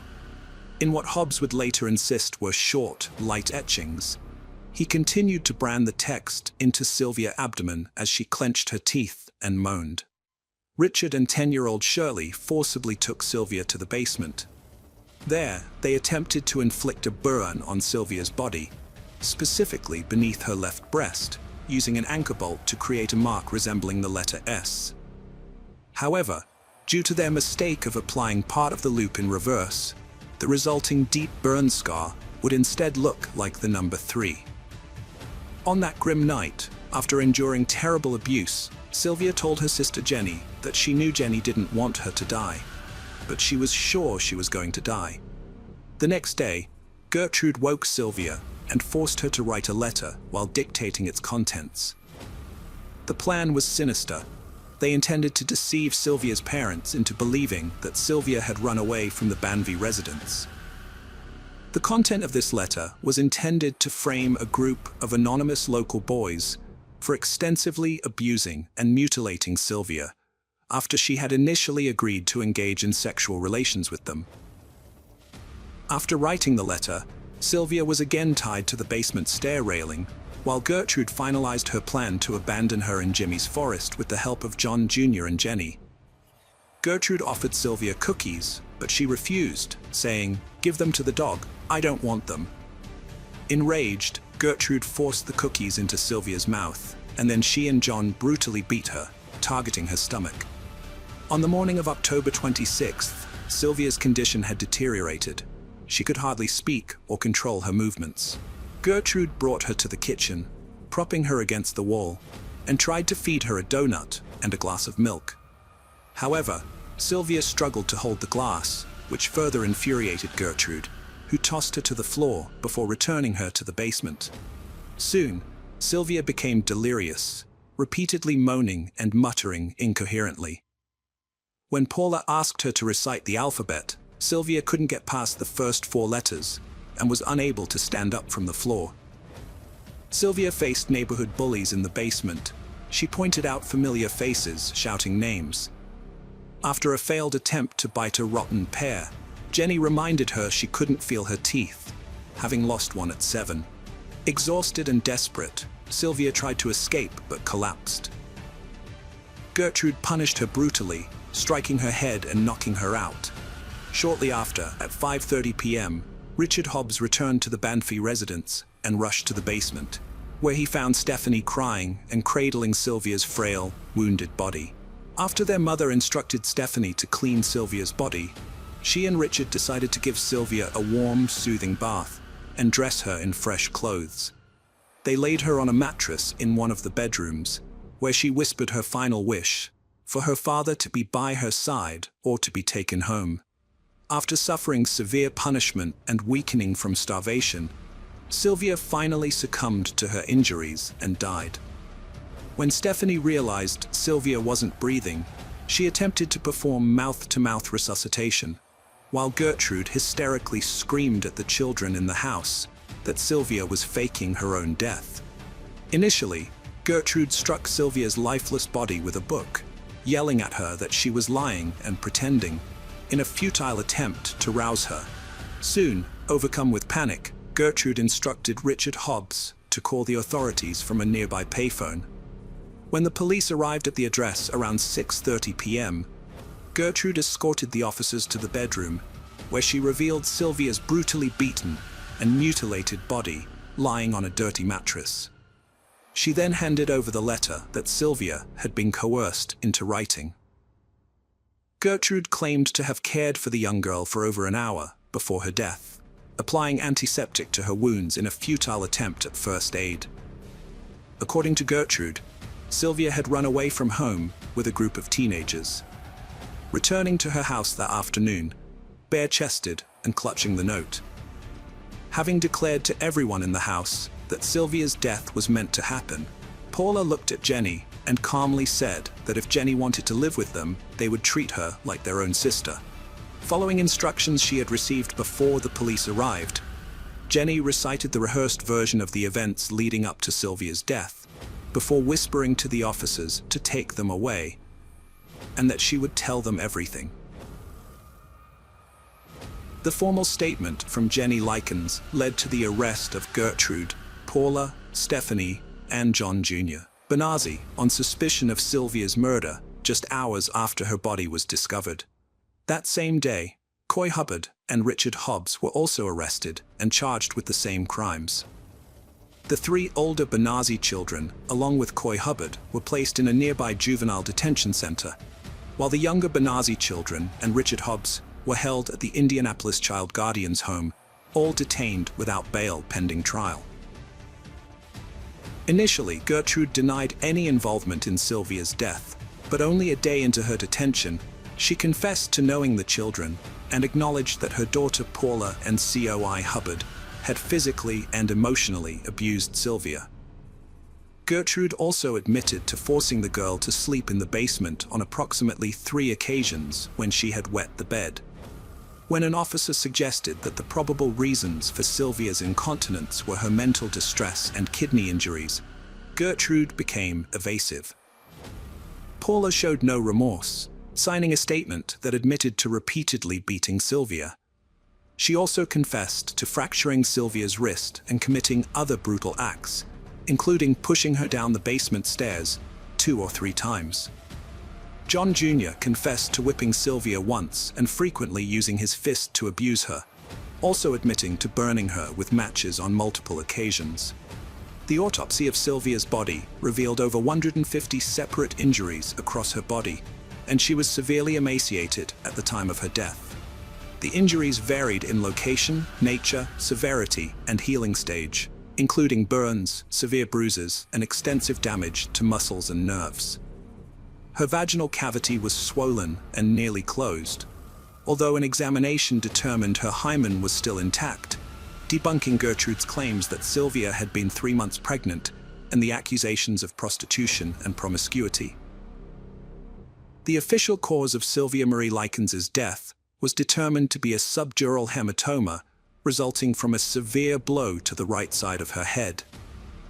The doctor also noted that the shock she sustained, primarily due to prolonged and severe injury to her skin and subcutaneous tissue, as well as chronic malnutrition, contributed to her demise. By the time her body was discovered, rigor mortis had fully set in, suggesting that she may have been deceased for up to 8 hours prior to discovery. Interestingly, although the autopsy revealed that Sylvia had been recently bathed, possibly post-mortem, this action may have accelerated the loss of body temperature and subsequent onset of rigor mortis. In May 1966, Gertrude Bissesi, her children Paula and John, and 2 neighborhood youths, Coy Hubbard and Richard Hobbs, were tried and convicted of neglect, torture, and murder in relation to Sylvia's death. Following 8 hours of deliberation, the jury found Gertrude Bissesi guilty of first-degree murder, sentencing her to life imprisonment. However, she was paroled in 1985. Paula was convicted of second-degree murder and released in 1972. Hobbs, Hubbard, and John were found guilty of manslaughter, serving less than 2 years in the Indiana Reformatory before being granted parole on February 27, 1968. In Indiana, the brutal murder and torture of Sylvia Likens is considered the state's worst crime. A seasoned investigator from the Indiana Police Department, with 35 years of experience, described it as the most sadistic case he had ever encountered. Sylvia tragically lost her life on October 26th in Indianapolis, Indiana, USA. Her parents were expected to return for her and her sister in November, but unfortunately, Sylvia passed away before their arrival. Sylvia and her sister Jenny lived in fear of reporting the escalating abuse and neglect to family members or school authorities. They worried that speaking out would worsen their already desperate situation. Jenny, in particular, struggled to overcome the urge to inform family members, fearing that Gertrude would retaliate by subjecting her to the same torture and abuse as her sister. Additionally, Jenny faced harassment from neighborhood girls who ridiculed and occasionally beat her whenever she mentioned Sylvia's situation. The middle-aged Bissesi couple, along with other families in the neighborhood, had suspicions or had witnessed signs of the girls being mistreated, but they were too afraid to report it to the authorities.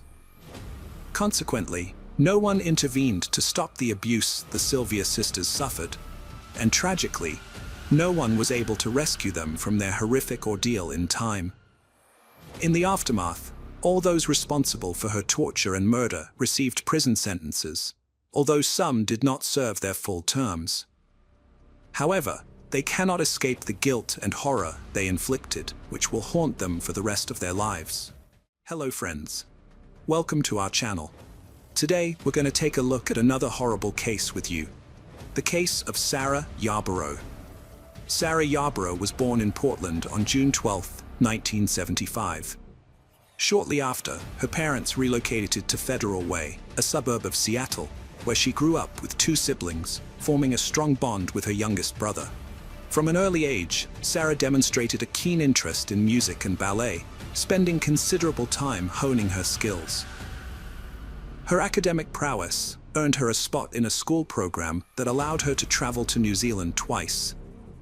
As she entered her teenage years, Sarah joined the cheerleading team at her high school, where she developed a large social circle. She was renowned for her kind and compassionate nature, often lending a helping hand to those in need.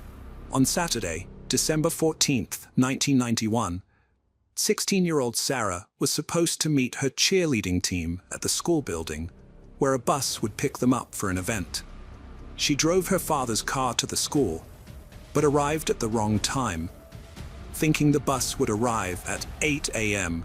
when it was actually scheduled for 9 a.m. As her friends gradually arrived at the meeting point, they couldn't find Sarah anywhere. Some students noticed her car in the parking lot, but she wasn't inside. Even when the bus arrived, Sarah was still missing.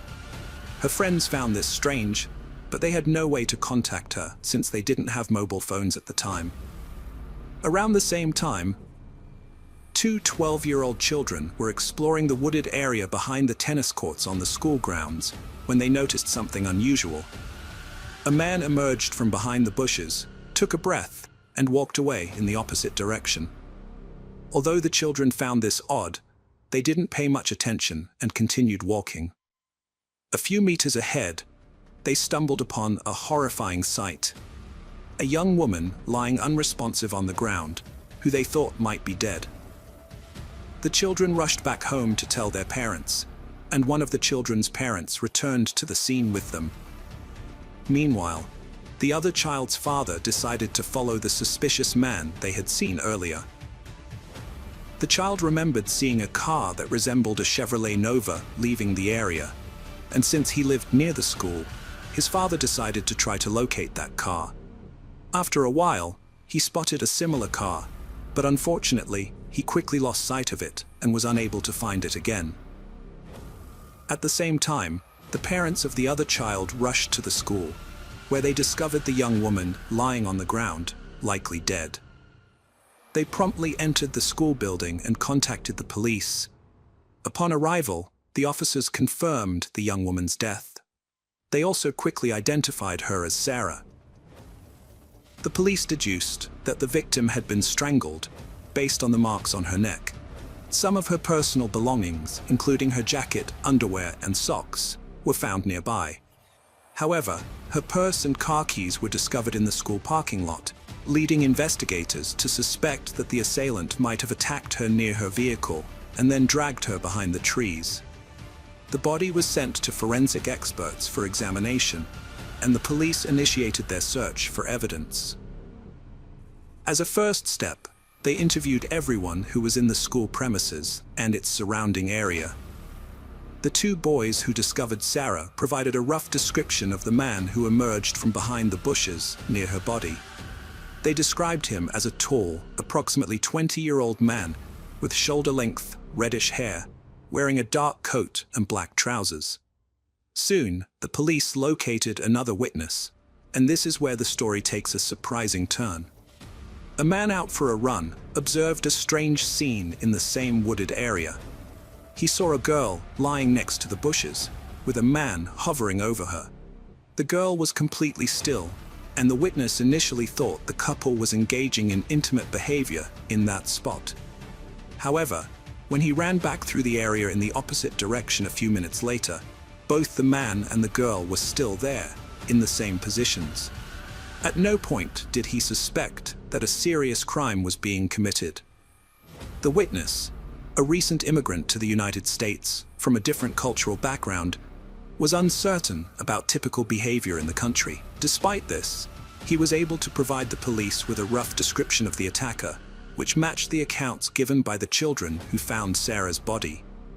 The police interviewed dozens of people who had been near the school, but no other useful information came to light. The medical examiners who performed the autopsy on Sarah's body determined that the cause of death was strangulation. It appeared that the attacker had used his own socks to strangle her.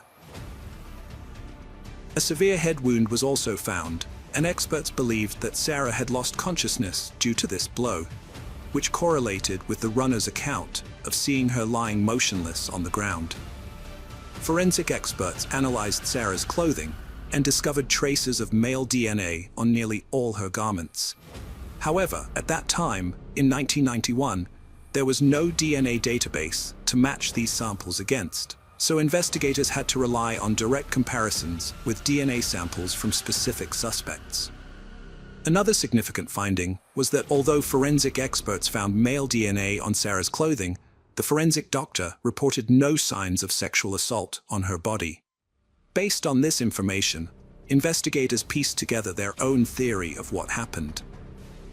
Since Sarah had arrived at the school almost an hour early, and she was alone in the parking lot, it's likely that her attacker saw her, waited for her to leave the car, struck her on the head with an object, causing her to lose consciousness.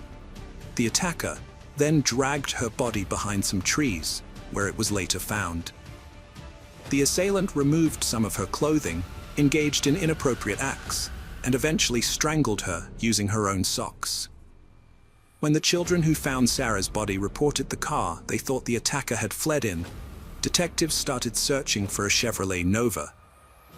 They soon found one, but the driver proved to have an alibi. He had just delivered donuts that morning, and his DNA didn't match the DNA on Sarah's clothes. It seemed the kids had simply seen the car driving by and mistakenly assumed the killer was inside. In fact, none of them could recall for certain whether they had seen a man get into a car from the bushes. In the days that followed, police continued to search for witnesses and new leads, but made no significant progress. Despite the horror of the event, classes resumed on Monday. The fact that the murder had occurred just a short distance from their school, and the killer remained at large with no known identity, added to the unease. Afraid to walk alone, the girls were escorted to their cars or buses by the boys from the sports teams, ensuring they weren't left alone on the street. Approximately 70 potential witnesses were present at the school and its surroundings on the morning of the incident. Investigators interviewed each of them, but unfortunately, no new information came to light. Based on the accounts of the two children and the runner, a composite sketch of the attacker was created and circulated to local newspapers and television stations. The case received widespread media attention, and over the next few weeks, the police received hundreds of testimony. Each tip was thoroughly investigated, but in every instance, it led to a dead end. One promising lead involved a man who matched the suspect's description and had a criminal record. However, his DNA did not match the sample found on the victim's clothing, and the lead was eventually ruled out.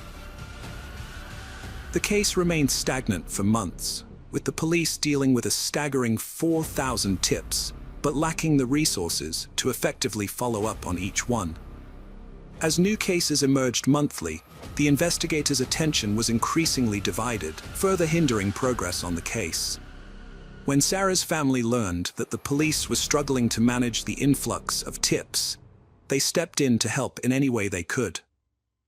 One family member worked for a tech company and successfully lobbied the company's management to lend the police department a powerful computer worth $150,000 in the 1990s.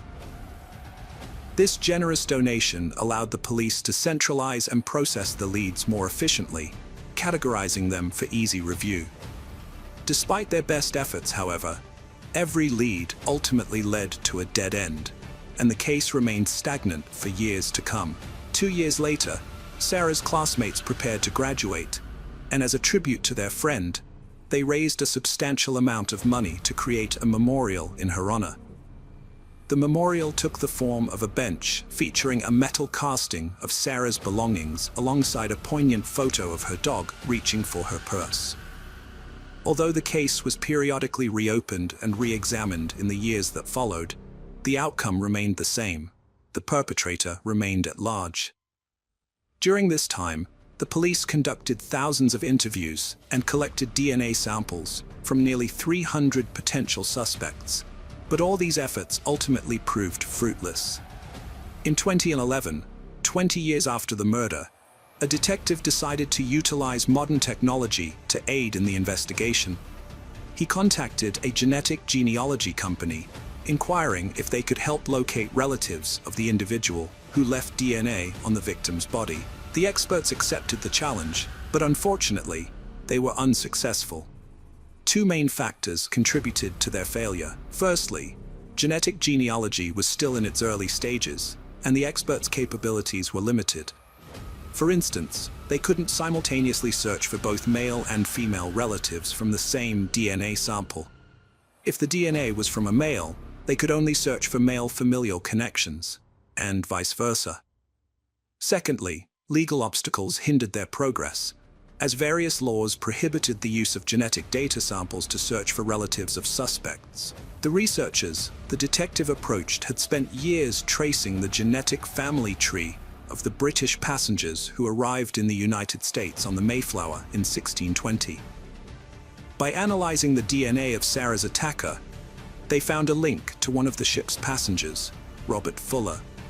However, tracking the attacker's lineage proved extremely difficult, especially considering the passage of time. Although the Mayflower had only around 100 passengers, their descendants now number over 25 million. Despite the initial setback, this was the first time genetic genealogy had been used to solve a crime. The detective gathered available information and identified several local residents with the surname Fuller. He showed them pictures of the men, but none were recognized by the witnesses, including a runner and two men who had stumbled upon the body as children. Next, the detective collected DNA samples from all the local Fullers and sent them to the lab.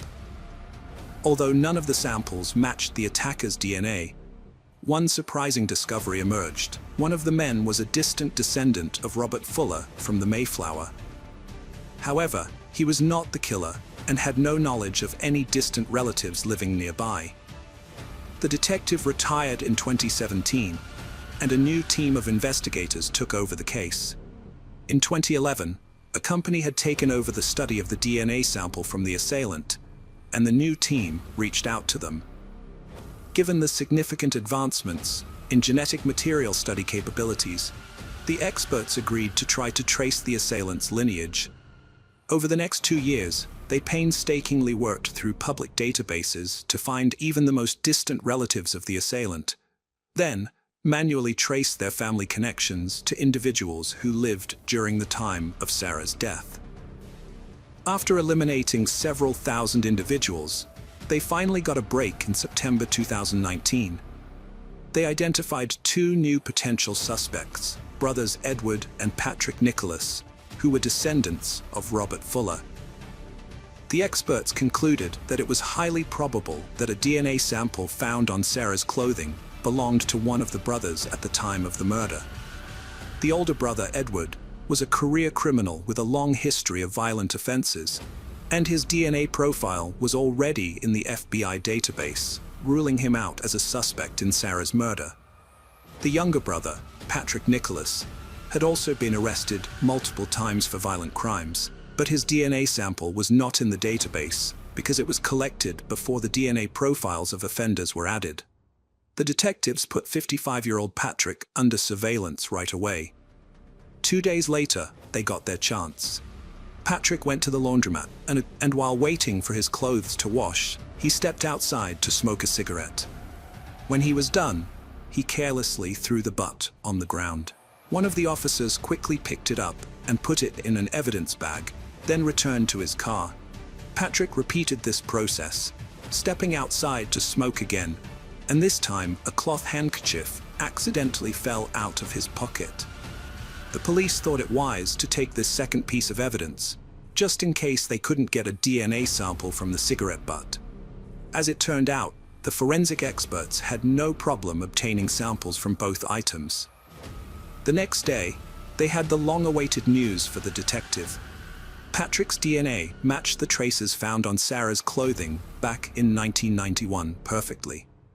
The judge immediately issued a warrant for Patrick's arrest, and the police took him into custody. It took investigators 5 days to identify the suspect and formally charge him with murder. Once his biography was made public, an obvious question arose. Why had a man with such a criminal history not been considered a suspect for 28 years? Patrick Nicholas, at 19, had attempted to assault a young woman who managed to escape by jumping into a river and swimming to safety. He was later arrested and spent 4 years in prison. In 1994, he was arrested again for trying to assault a minor, but his DNA was not recorded in any database because the charge was not serious enough. Over the next 3 decades, his name never surfaced during investigations, and he didn't appear in over 4,000 leads. It was eventually revealed that genetic genealogy experts couldn't trace him back to Robert Fuller because Patrick was adopted and grew up with a different surname. One of the men who discovered Sarah's body when they were children in 1991 immediately asserted that Patrick was undoubtedly the same killer. He admitted that the incident had deeply affected him, as he was only 12 years old when the body was discovered, and the perpetrator had seen his face for many years. The witness lived in constant fear that the killer would come after him, and only after Patrick's arrest did he finally feel safe. Patrick's trial did not start until 2023. Despite claiming innocence, the main piece of evidence, his DNA on the victim's clothing, was a major obstacle. His lawyer attempted to argue that the presence of Patrick's DNA did not necessarily mean he was guilty, but this claim was dismissed. The lawyer also questioned the accuracy of the DNA analysis, but experts deemed this entirely unreliable. In the end, Patrick was found guilty of first-degree murder without premeditation on May 25th. He received a prison sentence of 45 years and 8 months, effectively ensuring he would never be released. At the sentencing, Patrick remained emotionless, in contrast to Sarah's family, who thanked the judge, trial participants, and investigators for bringing the killer to justice after 28 years of evasion. Hello friends, welcome to our channel. Today we're going to take a look at another horrible case with you. The case of Jessica Camilleri. Jessica Camilleri, the second daughter of Rita and Vince, an Australian Maltese couple, was born with a mild mental disability. Her IQ was between 55 and 60, placing her in the bottom 1% of the population. People with mild intellectual disability like Jessica learn to communicate and express themselves, but at a slower pace than others. They may take longer to develop skills like speaking, reading, writing, and math, but they can still adapt to daily life. Due to her condition, Jessica was slow in reaching developmental milestones like walking, talking, and coordinating movements. She started school much later than her peers, which made her a target for teasing, discomfort, and bullying from her classmates for being different. As a result, Jessica developed stress, anxiety, and anger, particularly towards females. She also struggled with intermittent explosive disorder, characterized by sudden, repeated outbursts of impulsive, aggressive, and violent behavior, as well as angry verbal eruptions that were disproportionate to the situation. At school, Jessica exhibited aggressive behavior towards both students and teachers, including a notable incident where she punched a male student and refused to release her grip, leading to her indefinite suspension and subsequent confinement at home under the care of her mother, Rita, who received a disability pension to support her. Jessica's behavioral issues were symptomatic of her intellectual disability and struggled with irrational outbursts of anger. Furthermore, she was diagnosed with attention deficit hyperactivity disorder, ADHD, a chronic brain condition that affects millions of children worldwide, making it challenging for her to regulate her behavior. In addition to these conditions, Jessica also suffered from severe bipolar disorder, depression, anxiety, and autism spectrum disorders, which impacted her judgment, self-awareness, and empathy towards others. She had obsessive tendencies, such as fixating on her 3 favorite numbers, 2, 3, and 5, each of which she associated with a specific color, yellow, green, and purple, respectively. Jessica would often repeat these numbers to generate random phone numbers, which she would then use to call and talk to men. In one instance, starting in 2018, she began harassing the staff of a meat company in Daylesford, England, even going so far as to threaten the owner's family, claiming she would decapitate them with a chainsaw. Jessica had a persistent fascination with horror movies, particularly the Texas Chainsaw Massacre. She would spend hours rewatching disturbing videos, and this obsession often led to furious outbursts when her mother, Rita, tried to restrict her access to these films. Jessica and her mother lived together in a house in St. Clair, a suburb of Sydney, New South Wales, Australia. Jessica's father, Vince, had divorced Rita during her teenage years due to the strain their daughter's behavioral problems had put on their marriage. Jessica struggled with low self-esteem and a childish, naive outlook, but she also displayed strong narcissistic tendencies. Deep down, she felt she was one of a kind and entitled to special treatment due to her mental disability. This occasionally led her to be exploitative and egocentric. Despite this, Rita remained devoted to caring for her daughter, acknowledging her issues, but feeling a strong sense of responsibility to look after and protect her. Rita even went so far as to reach out and apologize to one of the recipients of Jessica's harassing phone calls, confessing that she was at a loss for how to manage her daughter's behavior. Jessica was very close to her mother, who dedicated her life to taking care of her and meeting all her needs. Instead of sending her to a psychiatric institution for full-time care, her mother chose to keep her at home. In fact, Rita's life revolved around Jessica. The tragic event of July 20th, 2019 was not a standalone incident. In the 6 years leading up to it, Jessica had been convicted twice for assaults that caused actual bodily harm. She had also physically attacked her aunt and her sister's mother-in-law by pulling their hair. But she avoided jail time and was always placed in the care of her mother, Rita, the one person who could tolerate her behavior. Jessica had also exhibited aggressive behavior towards women she encountered in the streets and shopping centers, lashing out at those she perceived as looking at her wrongly or making her feel ashamed. On one occasion, she was even barred from a doctor's office after becoming violent towards another patient in the waiting room due to paranoia. In early 2018, Jessica's aggressive behavior continued when she attacked a nurse during a hospital visit with her mother, Rita. As a result, she was admitted to a mental health unit for 9 days to treat a severe episode of mood disorder. She was prescribed lithium for her supposed bipolar disorder, along with antipsychotic medications. However, by the end of 2018, about 6 months before the tragic event, Jessica had stopped taking her medication and instead began using natural remedies to manage her conditions. Rita was at her wit's end and paid $2,500 to a medium on Queen Street in St. Mary's, a western suburb of Sydney, in a desperate bid to exorcise the demon she believed was possessing her daughter, Jessica.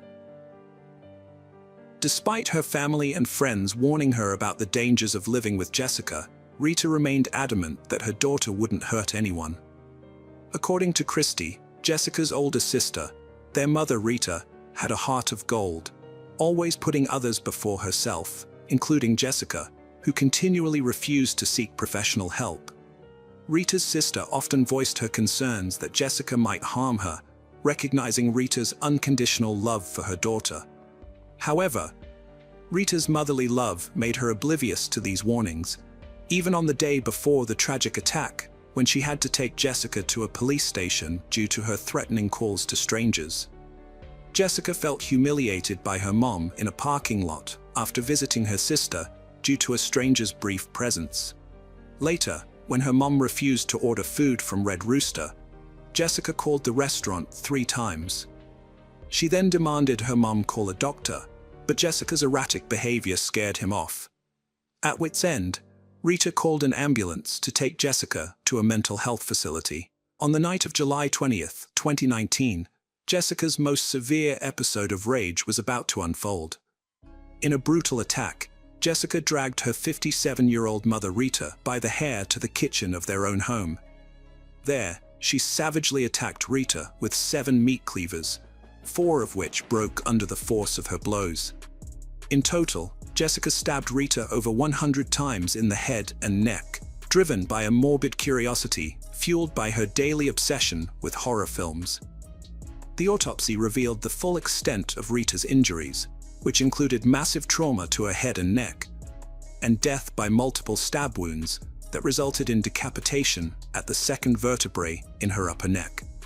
Furthermore, Rita's body showed over 90 defensive wounds, indicating that she was conscious for a significant part of the attack.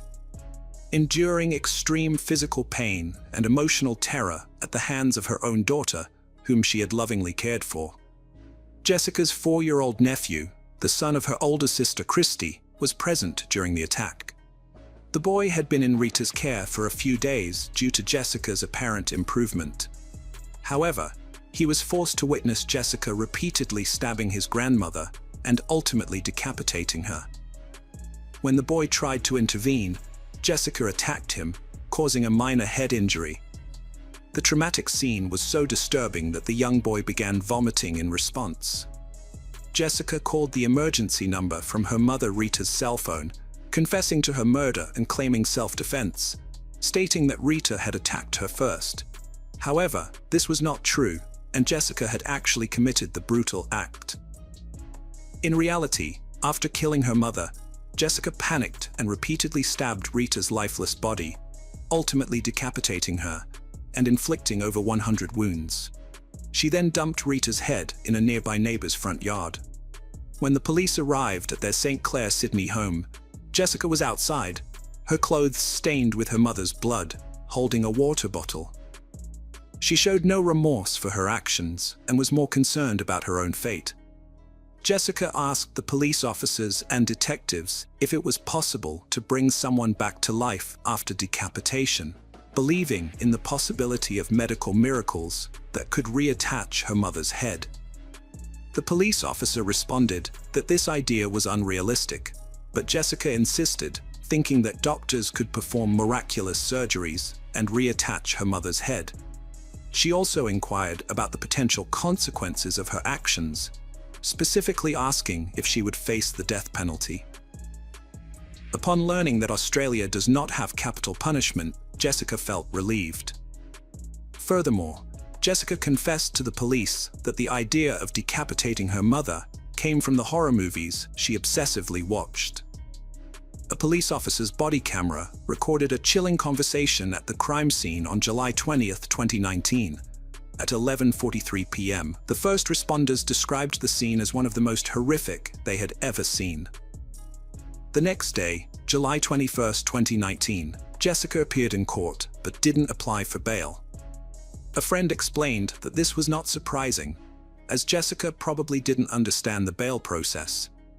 After a trial that highlighted her long history of mental illness, Jessica was found guilty of manslaughter in December 2020. She had pleaded not guilty to murder due to her disability. In early 2021, Jessica was sentenced to a maximum of 21 years and 7 months in prison. She will be eligible for parole after serving 16 years and 2 months, which would be September 19, 2035. The prosecutor argued that Rita's brutal murder was the culmination of a lifetime of escalating violence by Jessica, which started with hair-pulling and eventually led to a deadly explosive attack. The prosecutor also stated that Jessica posed a moderate to high risk of reoffending and remained a danger to the community. Christy, Jessica's older sister, said that Jessica had killed and butchered their mother, and for that, she could never forgive her. However, Rita's sister held a different view, hoping that Jessica would get the help she needed and that Rita could finally rest in peace, knowing that Jessica was being cared for by a system that had failed her when she was alive. The judge presiding over the case offered counseling services to the jury members, recognizing that the disturbing evidence they had heard could haunt them long after the trial. The judge also admitted that selecting a jury for Jessica's trial was difficult, as many people were reluctant to participate in a trial involving such a disturbing crime. The judge described Rita's murder as one of the most brutal and cruel cases of homicide a court could encounter, emphasizing that the crime's severity was exacerbated by its occurrence in the victim's own home. Jessica's lawyer revealed that his client had expressed regret in a letter to her family after the crime. In the letter, Jessica accepted responsibility for her mother's death, acknowledging that Rita had not provoked her and taking blame for her actions. However, one of the psychiatrists who evaluated Jessica noted that she struggled to communicate through social gestures and displayed a relatively flat affect. The psychiatrist found no evidence of schizophrenia or hallucinations in Jessica. The conclusion was that Jessica's risk factors could only be managed in the long term with a comprehensive mental health support plan. Since entering prison, Jessica has persistently caused trouble. Only 2 months after her arrival, on September 9, 2019, she got into a fight with another inmate over food trading and threw a teacup at them. Although she was charged with assault in local court the next day, she did not receive any additional punishment.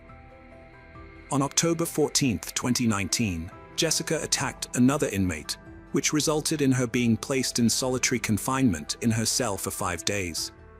On November 3, 2019, she disobeyed an order, and on July 31, 2020, she damaged property, incurring a fine of $200 Australian dollars. Jessica was involved in another assault on November 21, 2020, which led to her being placed in solitary confinement for 7 days. In January 2021, she was convicted of common assault again, but did not receive any further punishment. Jessica has explained her behavior, saying that other prisoners make her life difficult, regardless of what she does or where she goes. She has also stated that prison life is tough and very different from the outside world. On May 15, 2023, Justice Peter Hamill of the Sydney Supreme Court rejected claims that Kaleri's original sentence was too harsh and that the judge who sentenced her had misjudged the severity of her crime. However, Justice Hamill did rule that Kaleri should be resentenced, a decision supported by Justices Christine Adamson and Richard Kavanaugh. The basis for this decision was Kaleri's bizarre behavior, including walking into the street with her mother's head and asking emergency responders if they could reattach it, which demonstrated how out of touch with reality her actions were. After considering the opinions of multiple psychiatrists and a psychologist, Justice Hamill found that Kaleri's intellectual disability and autism spectrum disorder meant she only had a basic understanding of what was morally wrong. As a result, he ordered that she be resentenced to 16 years in prison, with a minimum of 12 years before being eligible for parole. Hello friends, welcome to our channel. Today we're going to take a look at another horrible case with you. The case of Banaz Mahmoud. Banaz Mahmoud was born in Iraq in 1985. She grew up in a traditional family with strong religious beliefs. When she was 10, her family moved to the UK, but their cultural values remained unchanged. At 17, Banaz was forced into a marriage with a man 10 years her senior, who spoke no English and was illiterate. The marriage was marked by physical and emotional abuse, which Banaz endured for 2 years before finally finding the courage to leave. Despite her family's disapproval, Banaz started a new life and met a man named Rahmat Suleimani, with whom she fell deeply in love. However, their relationship was kept secret due to the cultural taboos surrounding romance outside of marriage. Tragically, Banaz's family was not willing to let her move on from her past. On January 26, 2006, Rahmat reported Banaz missing to the police, but they didn't take the report seriously, convinced that she was just staying with friends. However, Rahmat persisted, and eventually the police were forced to investigate. Banaz's family had a sinister motive for their behavior, which would ultimately lead to devastating consequences. However, Banaz had found love and happiness with her boyfriend, Rahmat. They had dreams of getting married, having children, and building a happy family life. These fantasies brought Banaz joy and kept her going despite her family's hatred and aggression towards her. Her family had never accepted her husband, and in early October 2005, Banaz noticed that she was being followed by people sent by her father. On October 10, 2005, Banaz went to the police and told them about her life with her husband, the injuries she had suffered, and the surveillance she was under. She shared her fears for her safety and even her life, but the police did not take her statement seriously. For about 2 months, Banaz and Rahmat met secretly, but in early December 2005, they were spotted by people from her clan. This led to a council of male relatives gathering at her family home, where it was decided that Banaz should be killed to restore the family's honor. Banaz overheard this conversation and reported it to the police, but they again did not take her words seriously. 2 weeks later, Banaz's father tricked her into going to a relative's house, where she was attacked. She managed to escape and went to the police, who took her to the hospital. After being discharged, Banaz went to live with Rahmat. However, by mid-January 2006, Banaz's family began urging her to return home to mend their relationship and discuss her marriage to Rahmat. Despite her fears, Banaz agreed to go back to her father's house, believing that her mother would protect her. Before Banaz Mahmud returned to her family's home, she visited the police station to report her concerns and name individuals who might harm her. However, she disappeared on January 22, 2006, and her friend Rahmat was unable to contact her. Rahmat then filed a missing persons report with the police. The police eventually became involved in the case, and Chief Inspector Caroline Good was appointed to lead the investigation. She organized a large-scale search of properties associated with the Mahmud family, suspecting that Banaz might be being held captive. The police questioned Banaz's father, uncle, and ex-husband, as well as 3 of her cousins, Omar Hussein, Muhammad Ali, and Muhammad Hamid, who were also suspects. Despite the efforts of the police, Banaz's family was uncooperative and refused to help with the investigation. The police found no pictures of Banaz at her family's home, and her family members gave contradictory and false statements about her whereabouts. The police arrested 30 people, including Banaz's family members and cousins, but they all tried to slow down the investigation by giving false information. The police obtained permission to install listening devices in the cells of the arrested men, including Banaz's father, uncle, and Muhammad Hamid. The wiretap recordings revealed that the 3 men had no remorse for their actions and were actually proud of what they had done to Banaz.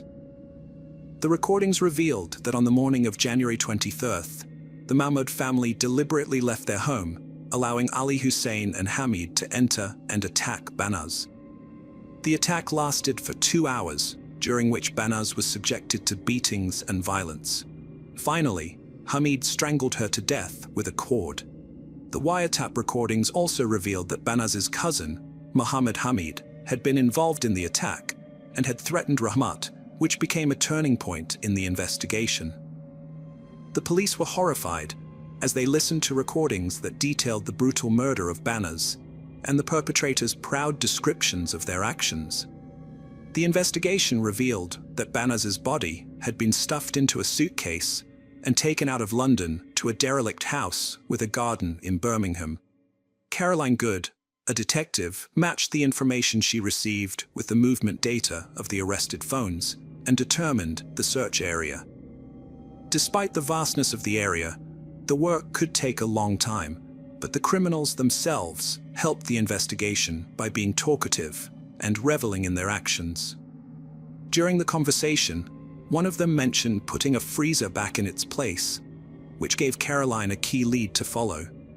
A police helicopter was dispatched to search the area, and while circling, it spotted a house with a pile of trash in the backyard, including a white, oblong object that looked like a freezer. When the police inspected the area, they started digging in shifts. As they dug, they eventually reached a depth of about shoulder height. At this point, they were about to give up.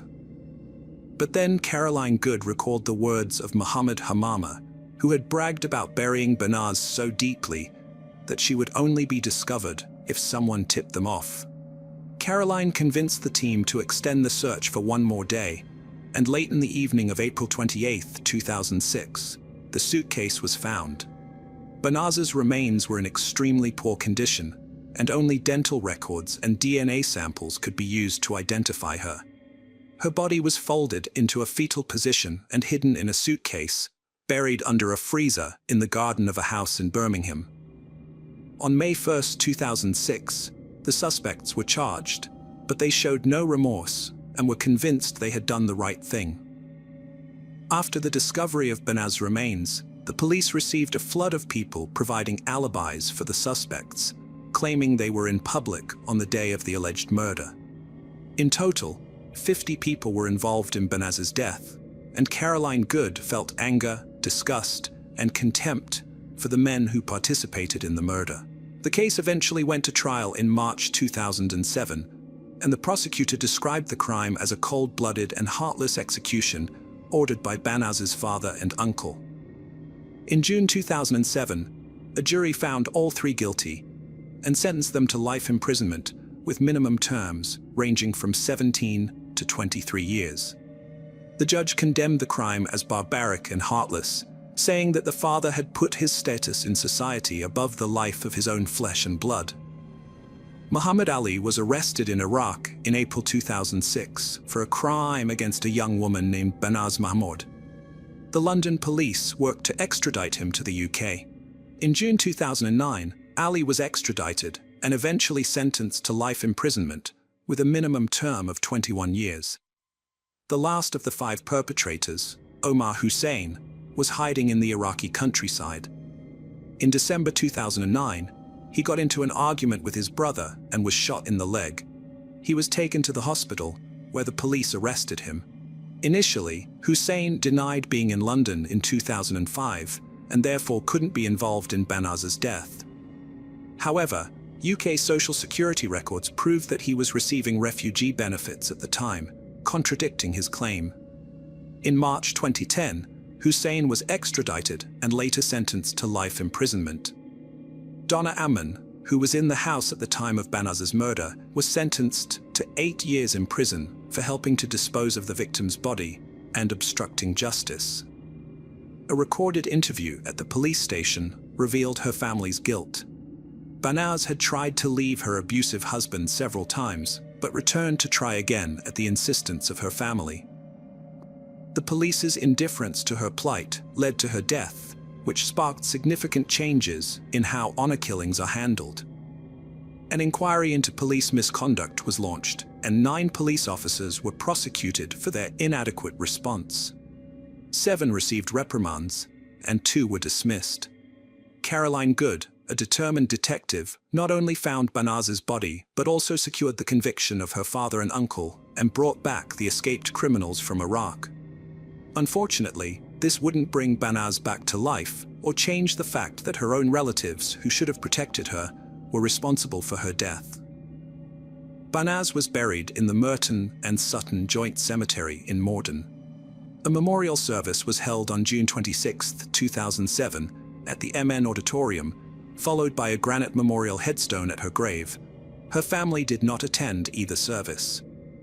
The memorial was paid for by law enforcement officials working on the Banaz case and the women's rights organization. Ramat Suleimani, Banaz's boyfriend, remained in the UK under the Witness Protection Program but never recovered from her death.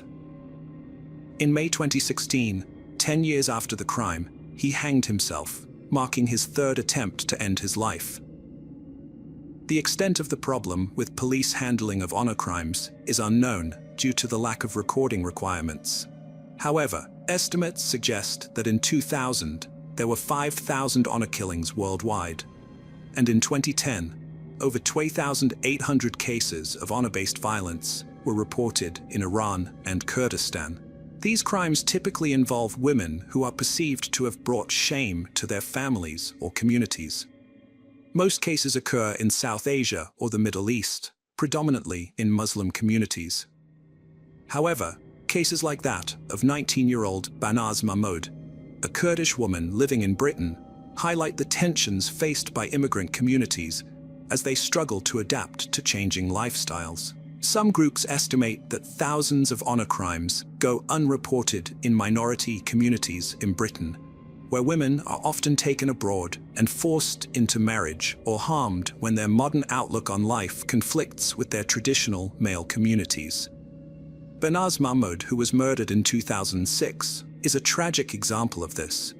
Her older sister, Beal, urges other women in similar situations not to be afraid to seek help before it's too late.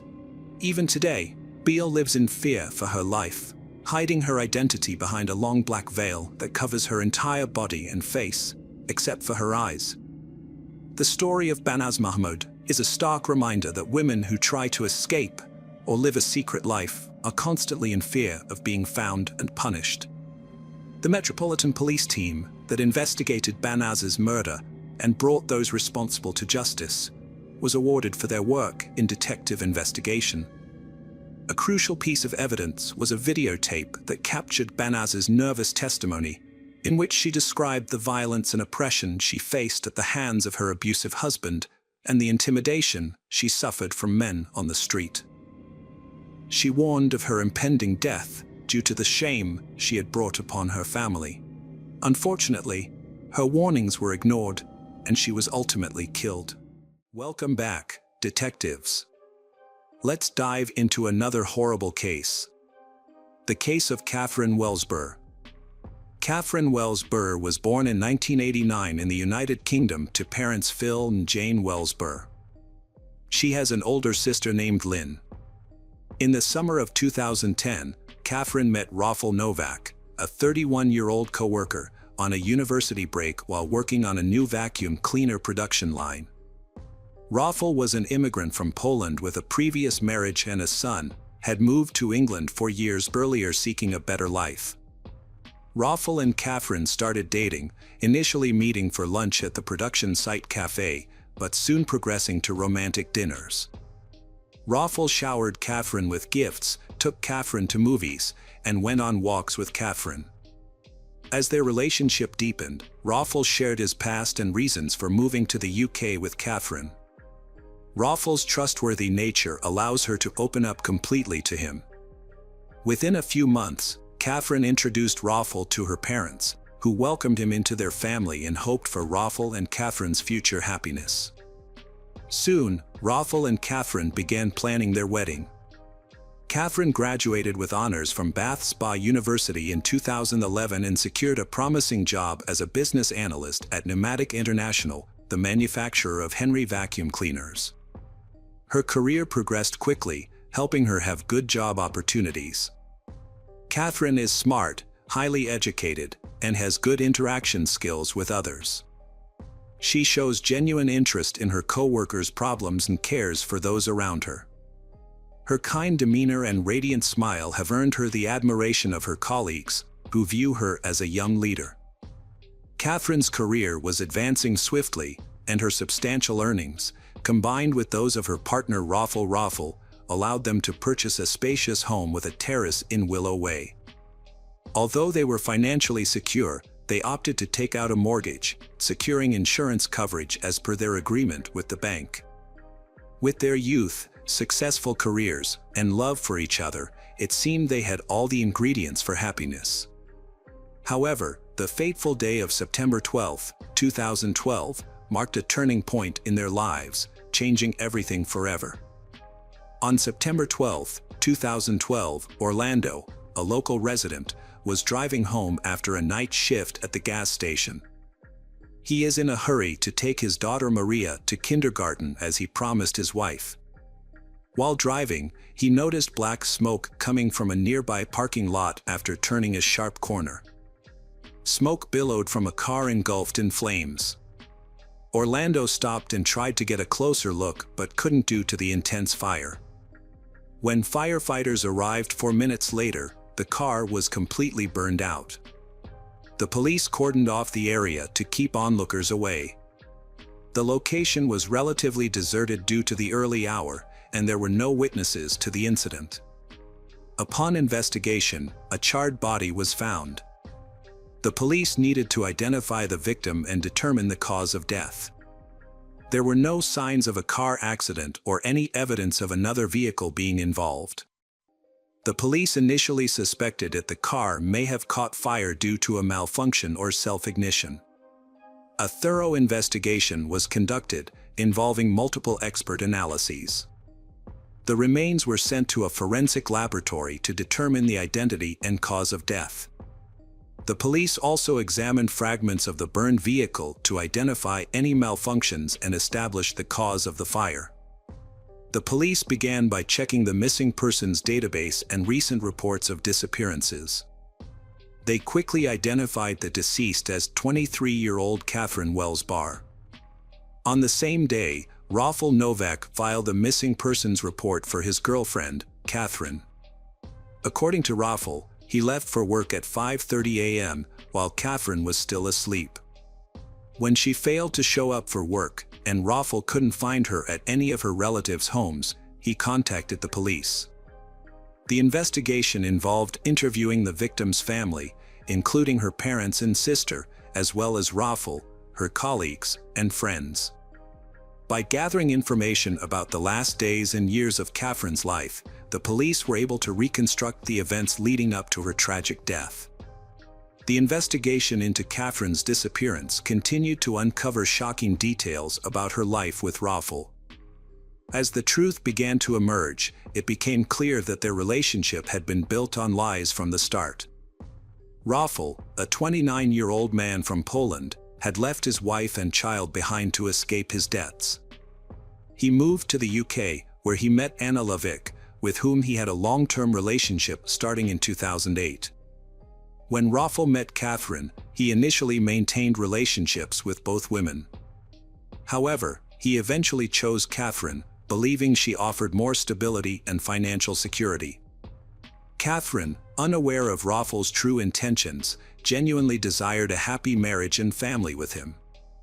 Meanwhile, Rafal was secretly planning to kill Catherine, intending to use the life insurance payout and the large house they shared to fund a new life with his mistress, Anna. The murder was carefully planned and executed with exceptional cruelty.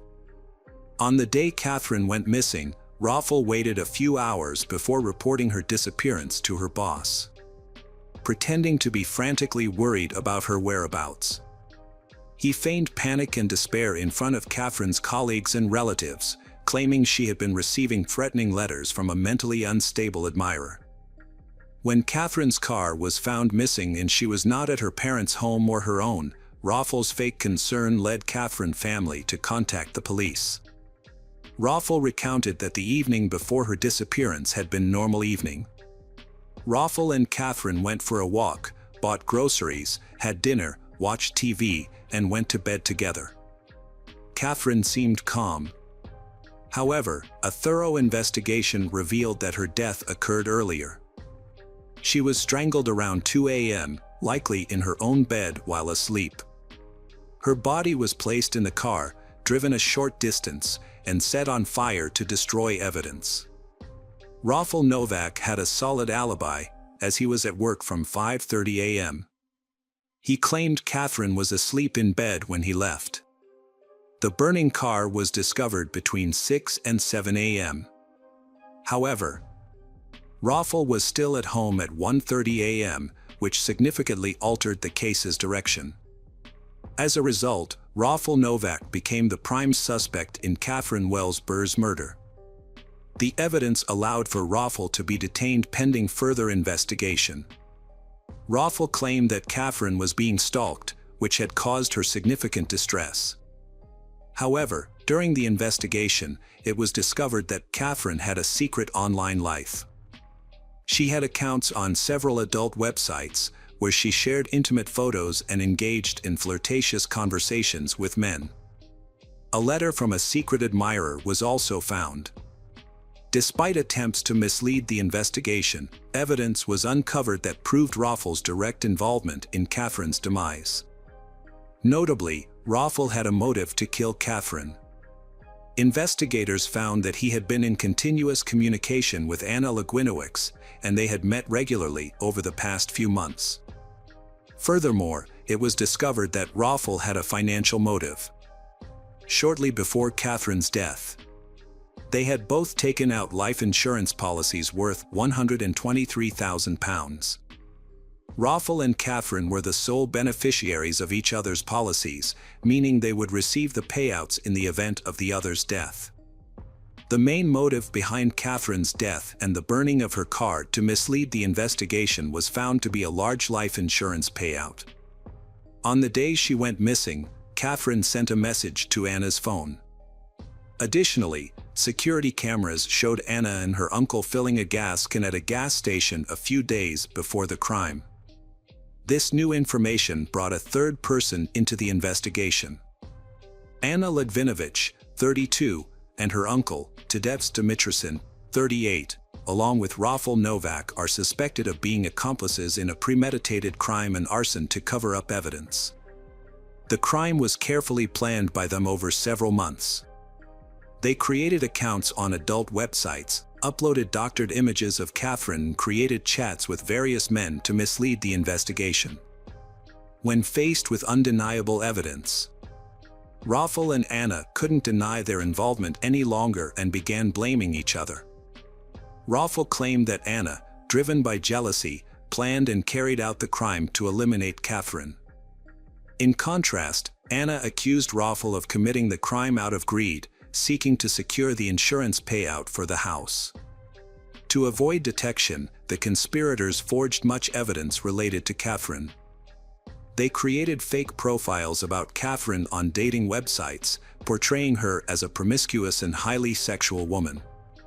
Also, to cover their tracks, the conspirators burned Catherine's body and created a fake story about her. They invented a fictitious lover, and they believed that he might be responsible for Catherine's death.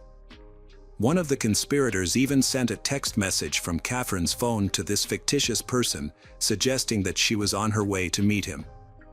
However, forensic experts discovered that when the fire broke out, Catherine was only wearing her favorite nightgown, not an appropriate outfit to meet someone. Despite the evidence, Raffle refused to acknowledge his involvement in Catherine's death. Instead, he told Jane, Catherine's mother, that her daughter was receiving threatening emails and text messages from an ex-boyfriend who said if he couldn't have her, no one could. Raffle also claimed that Catherine had spoken of taking her own life. In a shocking display of deceit, Raffle allowed Catherine's parents to comfort him, believing he was also mourning the loss of Catherine he loved. Raffle's acting was incredibly convincing. After Catherine's death, her mother, Jane, was so taken in by his performance that she hugged him and allowed him to call her mom. Jane explained that in the early stages of the investigation, the police viewed Raffle more as a witness than a suspect, so she decided to offer him her full support. Her reasoning was that if Catherine had loved him that much and he was considered part of their family, then he deserved their support. The trial, chaired by Justice Sharp, began and the jury heard that Raffle and his two co-defendants stood to gain a significant amount from Catherine's death. They hoped to receive a life insurance payout of £123,000 and half ownership of a two-bedroom home in Mangold, Somerset, valued at £137,000. During the trial, it was revealed that when police found Catherine's body in her burned car on the morning of September 12, Raffle showed no emotion. Anna Litvinovich frequently shook her head and laughed in court when it was suggested she was responsible for the crime, but refused to testify. Tadeusz also chose not to testify in his defense. The judge, Justice Sharp, told the defendants the murder was a horrific and merciless crime. The defendants showed no emotion during sentencing. The judge described Anna Litvinovich's behavior as deceitful, manipulative, and cruel, and stated she played a significant role in the crime. He also told Tadeusz that the murder was committed for gain, with many aggravating circumstances and no mitigating ones. The judge expressed deep sympathy for Catherine's parents, who had no idea that Raffle Novak's charming facade hid a monster. Raffle's actions were driven by financial gain, as he had no emotional ties to Catherine. Catherine's mother stated that the brutal and calculated manner of her daughter's death would haunt them forever. She regretted not having the chance to say goodbye or express her love, and now considers Raffle an evil person who deserves to spend the rest of his life in prison. Catherine's father, Philip, added that they had welcomed Raffel into their home, treating him like a son, only to be betrayed by him. During the trial, Raffel Novak became emotional in the witness box. He denied any involvement in the death of his girlfriend, Catherine Wells Burr. Raffel claimed everyone was blaming him for a crime he did not commit. However, the court heard that Raffel showed no emotion when the police discovered Catherine's body in her burned-out car on September 12 last year. Catherine's mother, Jane Wells Burr, testified that after his initial release from police custody, Raffel asked for a steak dinner and didn't even mention Catherine. Jane Wells Burr stated that her daughter's fate was sealed when she and Raffel bought a house together and took out a life insurance policy. She believes that in signing the contract, Catherine also signed her own death warrant. Ultimately, the court found Raffel Novak guilty of suffocating Catherine with a pillow while she slept. He had conspired with his secret lover, Anna Legwinowicz, and her uncle, Tadeusz, to claim a £123,000 life insurance payout and a share of the house. Anna and Tadeusz had transported Catherine's body in her car to a remote location and set it on fire. Raffel and Anna were sentenced to life in prison with a minimum term of 32 years, while Tadeusz received a 27-year sentence. After the verdict, Catherine's parents, Philip and Jane Wells Burr, advocated for stricter immigration laws. They believed that if the UK had more stringent immigration rules, like the US, Raffel Novak would not have been allowed entry. Raffel had previously been convicted of assaulting his wife in Poland. Philip and Jane, who divorced after Catherine's death, blamed the European Union for the UK's lenient immigration policies. Jane stated that the UK does not thoroughly check people entering the country. She was unaware of Raffel's previous assault charge in Poland and believes the government needs to prevent individuals like Raffel from freely entering the country. Following the verdict, Catherine's mother paid tribute to her daughter, describing her as a beautiful, determined, and hard-working individual who earned a first-class degree from the University of Bath Spa. Catherine's family expressed their devastation and loss, stating they were proud of her accomplishments and had no idea how to move forward without her. They believed she had great potential and a promising life ahead, but it was cruelly taken away from her and her loved ones. Hello friends, welcome to our channel. Today we're going to take a look at another horrible case with you, the case of Schmidt family. Tyler Schmidt was born in Iowa, USA, on November 13, 1979. He grew up in Cedar Falls, a city that is home to the University of Northern Iowa. As a young boy, Tyler joined the Boy Scouts, where he earned the prestigious rank of Eagle Scout. This experience sparked a lifelong love for nature and camping in him. The camps organized by the Lutheran Church, which promoted family bonding, were particularly enjoyable to him. In his free time, he learned to play the trumpet. Tyler's true passion, however, lay in adventure and sports. He was a member of the cross-country running team and the swim team at Northern Iowa High School in Cedar Falls. He also enjoyed outdoor activities like canoeing, hiking, and snowshoeing. Later, his interest in computing led him to Truman State University in Missouri, where he studied computer science and earned his degree. It was there that he met Sarah, who would later become his wife. Sarah was born on March 27, 1980, in Kansas City. During her childhood, she spent time near St. Louis with her siblings, Karen, Jane, and Adam. Sharing Tyler's passion for the outdoors, Sarah enjoyed bird watching and studying insects. Like Tyler, she was a dedicated Girl Scout and earned the highest honor, the Gold Award. Her adventurous spirit was inherited from her mother, with whom she went on a backpacking trip to Central America. It's no wonder that Tyler knew Sarah was his soulmate when he met her as a student. Sarah excelled academically and demonstrated exceptional leadership skills, particularly in student projects focused on enhancing school life. Her positive leadership and inclination earned her the prestigious Truman Scholarship while still at Washington High School in Washington, Missouri. This scholarship led her to Truman State University, where she met Tyler. As they fell deeply in love, she readily accepted his marriage proposal. Both Tyler's and Sarah's families supported their decision to marry, recognizing that they were perfect for each other and destined to build a beautiful family together. On June 22, 2002, guests gathered at St. John Lutheran Church for Tyler and Sarah's wedding. Family members took their seats, while Sarah waited outside with her father. At 22, the couple exchanged vows, promising to stay together until death parted them. They chose Boundary Waters for their 10-day honeymoon, sharing a love for nature. In the initial 10 years of their marriage, Tyler and Sarah prioritized establishing financial security and advancing their professional careers. After completing their undergraduate degrees in Missouri, the couple relocated to Lawrence, where they pursued their master's degrees at the University of Kansas. Sarah eventually worked as a computer science expert, while Tyler held jobs at a supermarket, a delivery company, and UPS. He also had a long-term career at a company specializing in business billing and payments, which lasted for 18 years. During this period, the Schmidts' marriage was filled with exciting experiences beyond their professional commitments. The couple made it a point to spend quality time together, exploring new outdoor destinations and engaging in various activities. They regularly socialized with family and friends, bonding over their shared love of board games.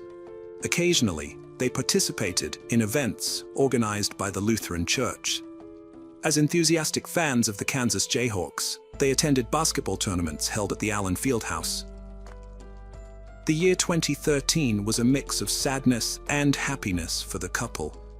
They suffered a significant loss when Sarah's father passed away from a heart attack, leaving his loved ones in grief. However, 2 years later, in 2015, they experienced the joys of parenthood with the birth of their son, Arlo.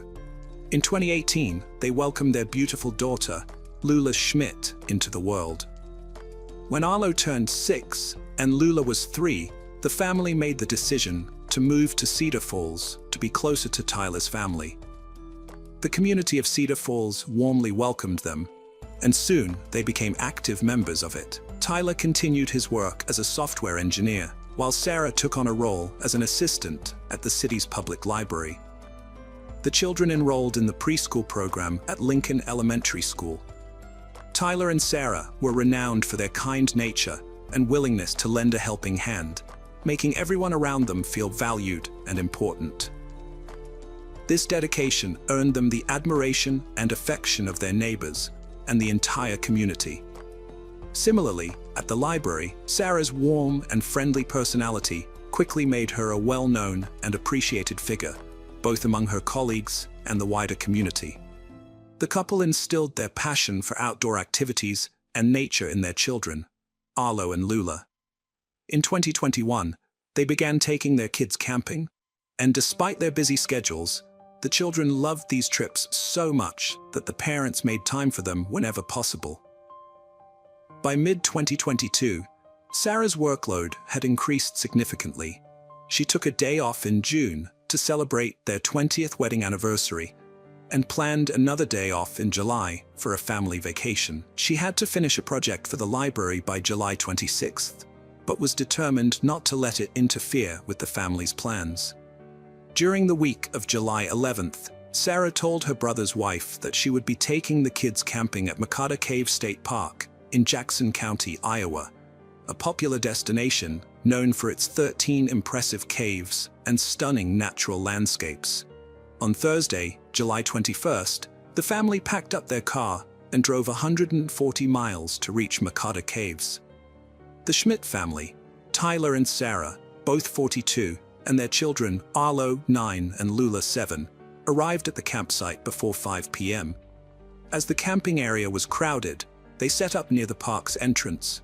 A few hours later, around 7 p.m., another family parked their vehicle about 200 feet from the initial family's tent. This family consisted of Joe and Cecilia Sherwin and their 23-year-old son Anthony, who hailed from Nebraska. The Sherwins proceeded to set up 2 separate tents, one for Joe and Cecilia, and another for their son Anthony. At the time, they were on their way back home following a week-and-a-half-long camping trip that had taken them to Michigan's Upper Peninsula. The journey had been an enjoyable experience, and it had brought Joe, Cecilia, and Anthony closer together.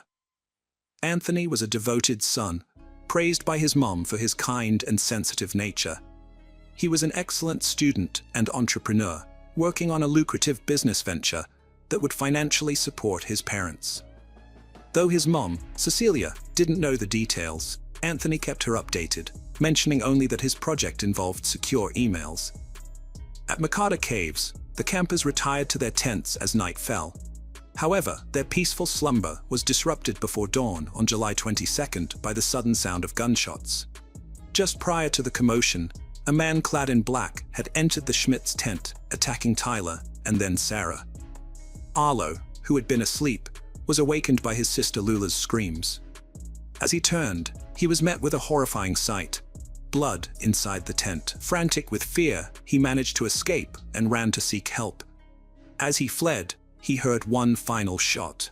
Meanwhile, Cecilia and Joe, who were camped nearby, rushed out of their tent amidst the chaos. Joe searched frantically for his son among the campers, asking if anyone had seen him. Arlo, still in a state of panic, continued to run until he encountered the sheriffs. He was screaming for help, explaining that his parents had been shot. Cecilia grasped his hand and ran with him to the park entrance. Once there, terrified and unsure of what had transpired, she pulled out her phone and dialed 911. She was beside herself with worry, fearing that her son might be among the victims, since he had been sleeping near the tent where the shots had come from. Cecilia called the Jackson County 911 operator to report hearing gunshots, but she struggled to pronounce the name of the park where she was, making it difficult to convey her location. She explained that she was with a boy who claimed that his parents had been shot. The call between Cecilia and 911 lasted 23 minutes as she answered the operator's questions. The operator relayed the attack to the police and park rangers, but the call was briefly disconnected. Cecilia persisted and called back, only to be put on hold while the dispatcher contacted emergency responders. Despite the tense and nervous atmosphere in the park, Cecilia remained calm thanks to the adrenaline. After providing details about their exact location, she handed the phone to Arlo, the boy. He told the dispatcher that he was in a tent with his mom, sister, and dad, and when he woke up, he saw someone dressed in black holding a gun. When the 911 operator asked the child where his father was, he paused before responding that he thought his father was hurt. At 6:30 a.m., police officers and paramedics arrived at the campsite to find a horrific scene. All occupants of the Schmidt's tent were dead. The once peaceful campsite had become a crime scene. Law enforcement immediately launched a search for the shooter, who could have been anywhere. The tactical teams swiftly evacuated Makata Caves State Park and Camp Shalom, a nearby Christian summer camp located 1.5 miles from the attack site. As officials evacuated visitors, they gathered them outside the park. Once everyone was accounted for, it was clear that only one person, Anthony Sherwin, was missing, and he was armed. During an aerial search at 11 a.m., police found a body. Upon reaching it, they confirmed it was Anthony, deceased. Although an investigation was necessary, police identified him as the prime suspect in the homicides, believing he had committed the attack on the Schmidts before taking his own life. The authorities closed the park following the incident, a measure that remained in place until July 28th. The Iowa Department of Natural Resources offered their condolences, with their spokesperson expressing devastation on behalf of the entire team, stating that the event had shaken Iowa's tradition of enjoying its natural wonders. But the legacy would continue for the millions of families who recreate in Iowa's parks. As a mark of respect for Sarah's co-workers, the local authority closed the library for the rest of the day. The tragedy also drew reactions from other political leaders, including the Iowa governor, who expressed horror at the attack and sorrow for the unimaginable tragedy. A U.S. House representative from Iowa tweeted that it was a senseless and horrific crime. Sarah's family was devastated when they lost her. Her sister was particularly heartbroken, feeling as though her life had been turned upside down. She couldn't accept that Sarah was gone, and that she would no longer be able to pick up the phone and talk to her or watch her niece grow up. Family members came from as far away as North Dakota, Texas, and Michigan to attend the private funeral service, which was held at Greenwood Cemetery on August 2nd. Meanwhile, as the loved ones of the Schmidts coped with their grief and tried to console and care for Arlo, the authorities continued their investigation into the brutal crime. According to the Iowa Department of Public Safety's findings, which were based on the autopsy results, Tyler died from a gunshot wound and multiple sharp force injuries. Sarah's death was caused by sharp force injuries alone, and their young daughter was both shot and strangled. In early August 2022, authorities officially identified Anthony Sherwin as the person responsible for the murder of the Schmidt family. Sherwin, 23, had no prior criminal record and acted alone before taking his own life, according to the police. The investigation failed to uncover any motive behind the attack. The assistant director of the Division of Criminal Investigation clarified that there was no established connection between Anthony and the Schmidt family prior to the incident, despite them being neighboring campers. The Nebraska Police Department assisted in the investigation by searching the Sherwin family apartment, but found no suicide note or any indication that could explain why Anthony targeted the Schmidt family and himself. His Facebook page yielded no clues, as it was completely blank. Regarding the weapon used in the attack, the assistant director of the Iowa Division of Criminal Investigation reported that a single hand-assembled firearm was recovered near Anthony's body. This type of weapon, commonly known as a ghost gun, is built by individuals using online purchased parts without restrictions, as they lack serial numbers, making them difficult to regulate and trace. Anthony's parents confirmed that their son had built his own weapon using online instructions. However, they clarified that he did this as a challenge, not because he wanted to own a gun. They emphasized that Anthony was responsible and had never hurt anyone or any animal. The parents, Cecilia and her husband, said their family had never owned guns before. But due to Nebraska's rising crime rates, they decided to acquire some.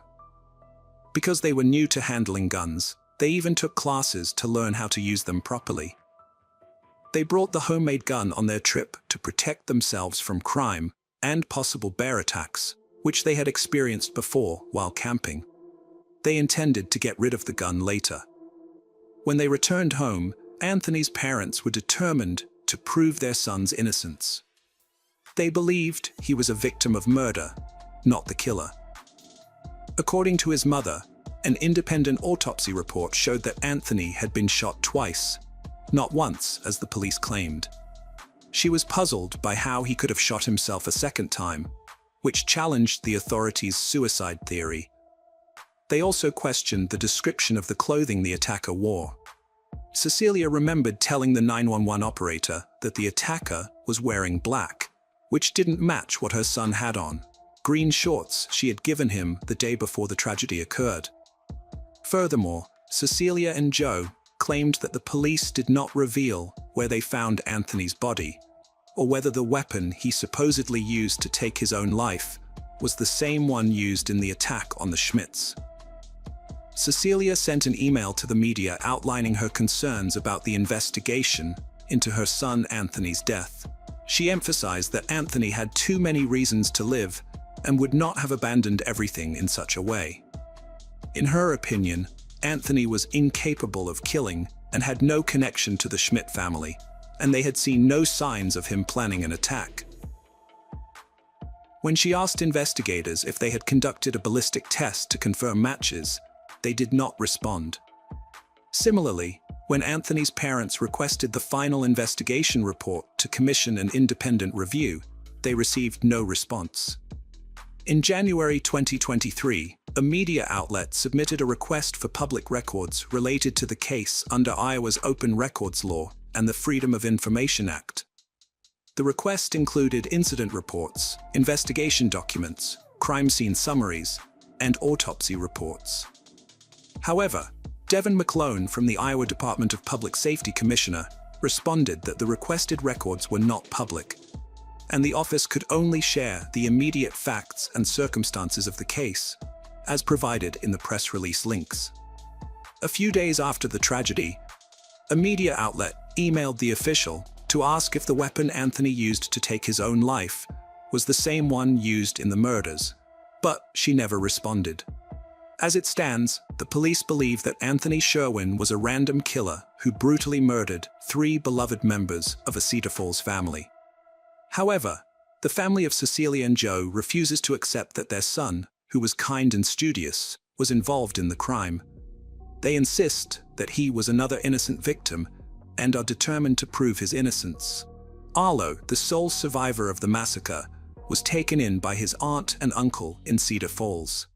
In an interview with a local newspaper, Sarah's brother proudly described his nephew as brave and reported that he was doing well mentally.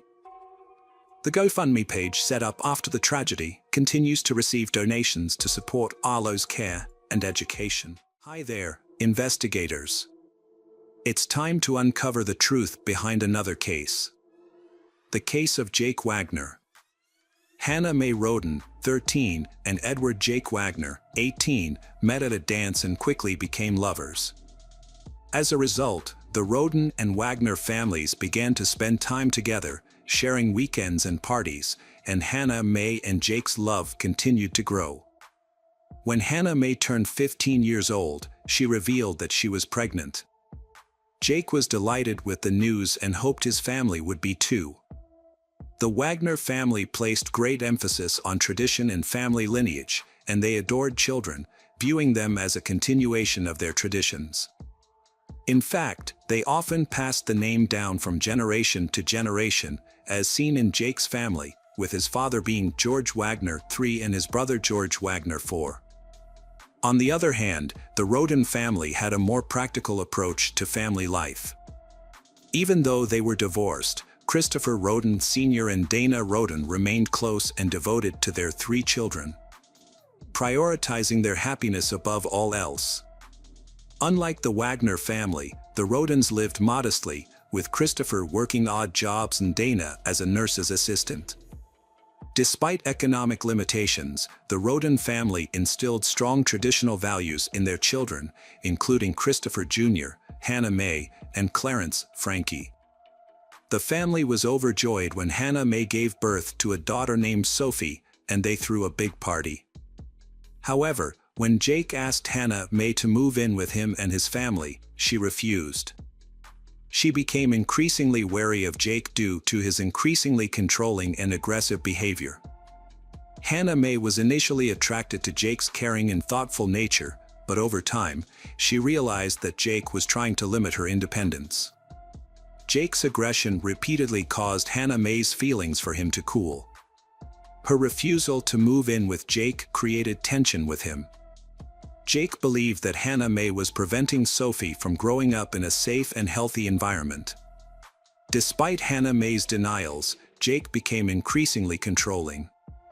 Hannah Mae finally ended the relationship in March 2015, tired of Jake's aggressive behavior. At that point, the Wagner family wanted sole custody of Sophie. Jake had to put in a lot of effort to convince Hannah Mae to sign over custody of the children to him and his brother. However, Hannah Mae refused. In a heated exchange, Jake angrily sent a text message saying that if necessary, he would use force to gain custody of Sophie. This revelation confirmed the Wagner family's willingness to use coercion and intimidation to achieve their goals. To protect herself and her daughter from this unscrupulous family, Hannah decided to distance herself and raise her child alone. She chose to work as a nursing assistant, continued her studies, and took care of Sophie herself. The situation escalated when Hannah became pregnant again. Although Hannah confirmed that the child was not Jake's, he still had doubts and tried to discover the truth. In December 2015, Jake logged into Hannah's social media accounts but found no evidence of an affair. A trial ensued, involving repeated interactions between the Wagner family and Hannah. In one text message, Hannah asserted that the Wagner family would have to get rid of her before they could gain custody of Sophie. Jake shared this letter with his family, angering them. His grandmother, Rita Newcomb, 65, retaliated by forging an important custody-related document. During the custody trial for Sophie, Christopher Roden and George Wagner, 3, had a heated argument. This incident caused a complete rift in the relationship between the two families. The Wagner family soon came up with a terrible idea. They believed that Hannah Roden was uncooperative and decided that the only solution was to eliminate her and the entire Roden family in order to gain custody of Sophie. By Christmas 2016, this twisted idea was the start of a terrible crime. While everyone focused on love and celebration during the holiday season, the Wagner family had other intentions.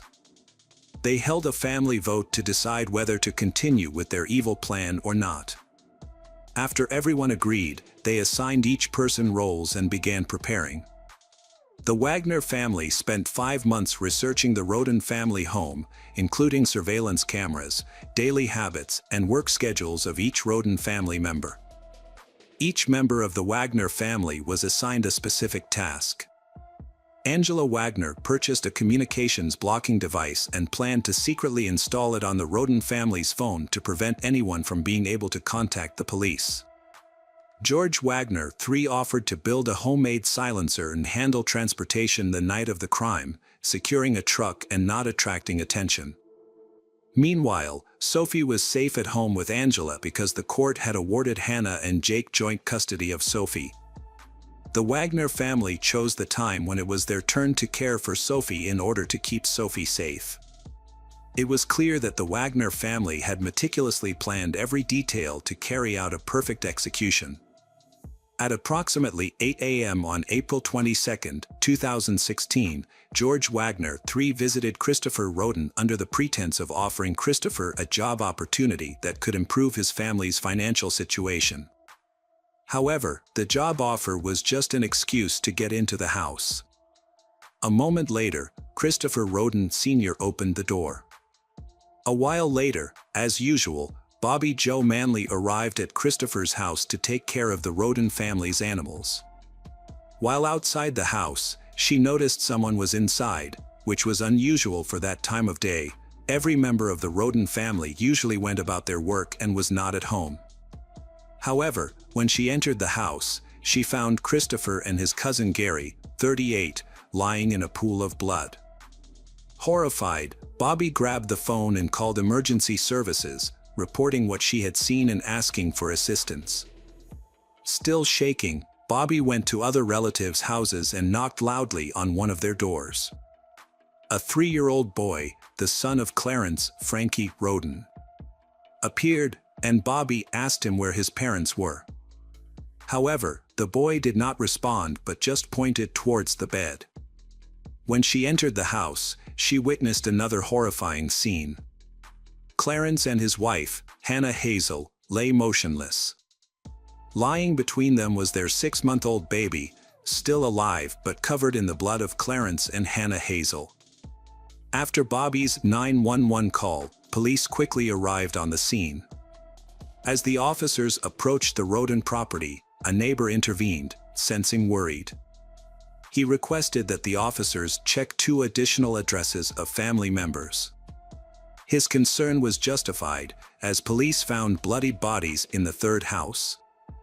The victims were identified as Dana, 19-year-old Hannah Mae, and 16-year-old Christopher Jr.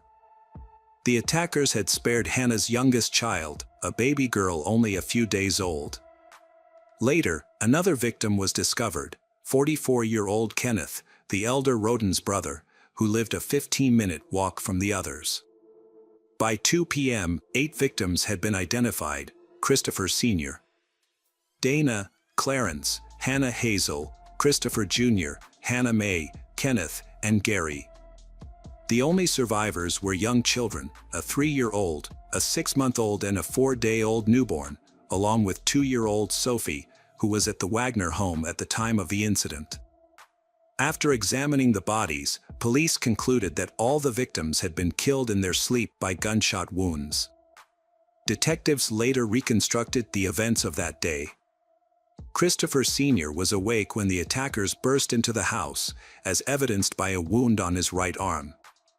Christopher Sr. attempted to defend himself but was hit with 9 shots to the head, torso, and limbs.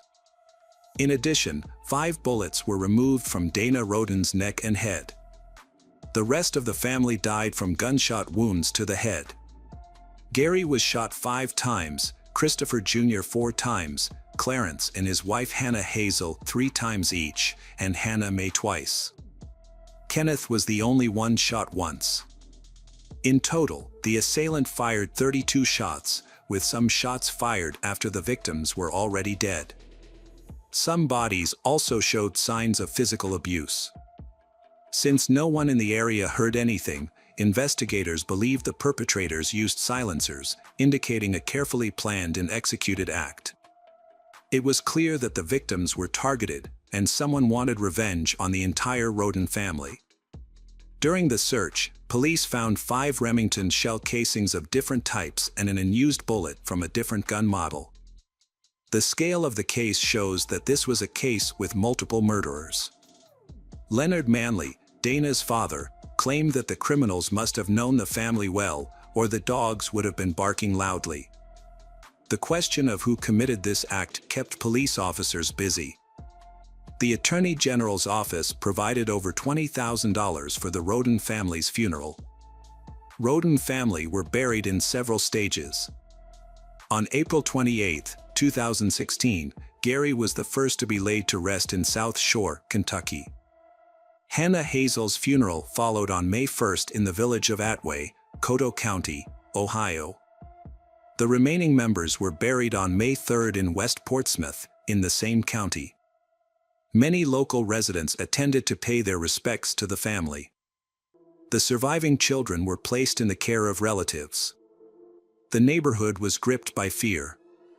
Police advised relatives of the victims to take precautions and warned all residents of Pike to stay their homes at night.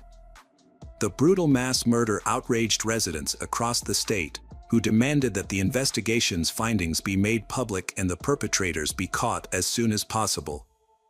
As part of the investigation, the murdered family's 3 homes had been investigated, followed by several more vehicles the following day. Forensic experts had participated in the investigation and had meticulously examined the homes, but no DNA evidence of the suspects had been found in any of the homes. Cameras had been installed in the houses, but they had not provided any useful information because they had been disabled. It seemed the culprit had planned every detail carefully, leaving no clues behind. However, detectives eventually discovered a key piece of evidence that had helped solve the case. An important detail was that marijuana plants were discovered at 3 crime scenes. At one location, around 200 plants were found. The police believed the cannabis was grown for sale rather than personal use. This led to speculation about the involvement of Mexican drug traffickers. However, the amount of cannabis found was too small to suggest an attack by an entire cartel. In January 2017, a close relative of the Roden family was arrested for drug trafficking. This was considered a coincidental circumstance. Leonard Manley stated that his daughter, Dana, had no involvement with the cannabis operations. Some family members confirmed that the older brothers, Christopher and Kenneth Roden, grew marijuana, but they were unaware of any large-scale cultivation. Specialized equipment for breeding chickens for fighting, as well as cages with roosters, were found at the Roden's house. However, it soon became clear that illegal cockfighting was not the cause of the homicides either.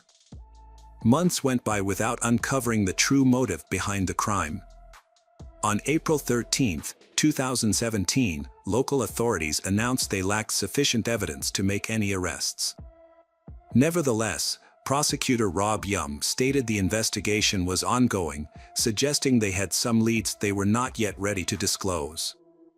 Another year had passed since the mass crime occurred, and its second memorial service went largely unnoticed. There was no coverage in the local press, and neither the sheriff or the prosecutor attended the memorial service.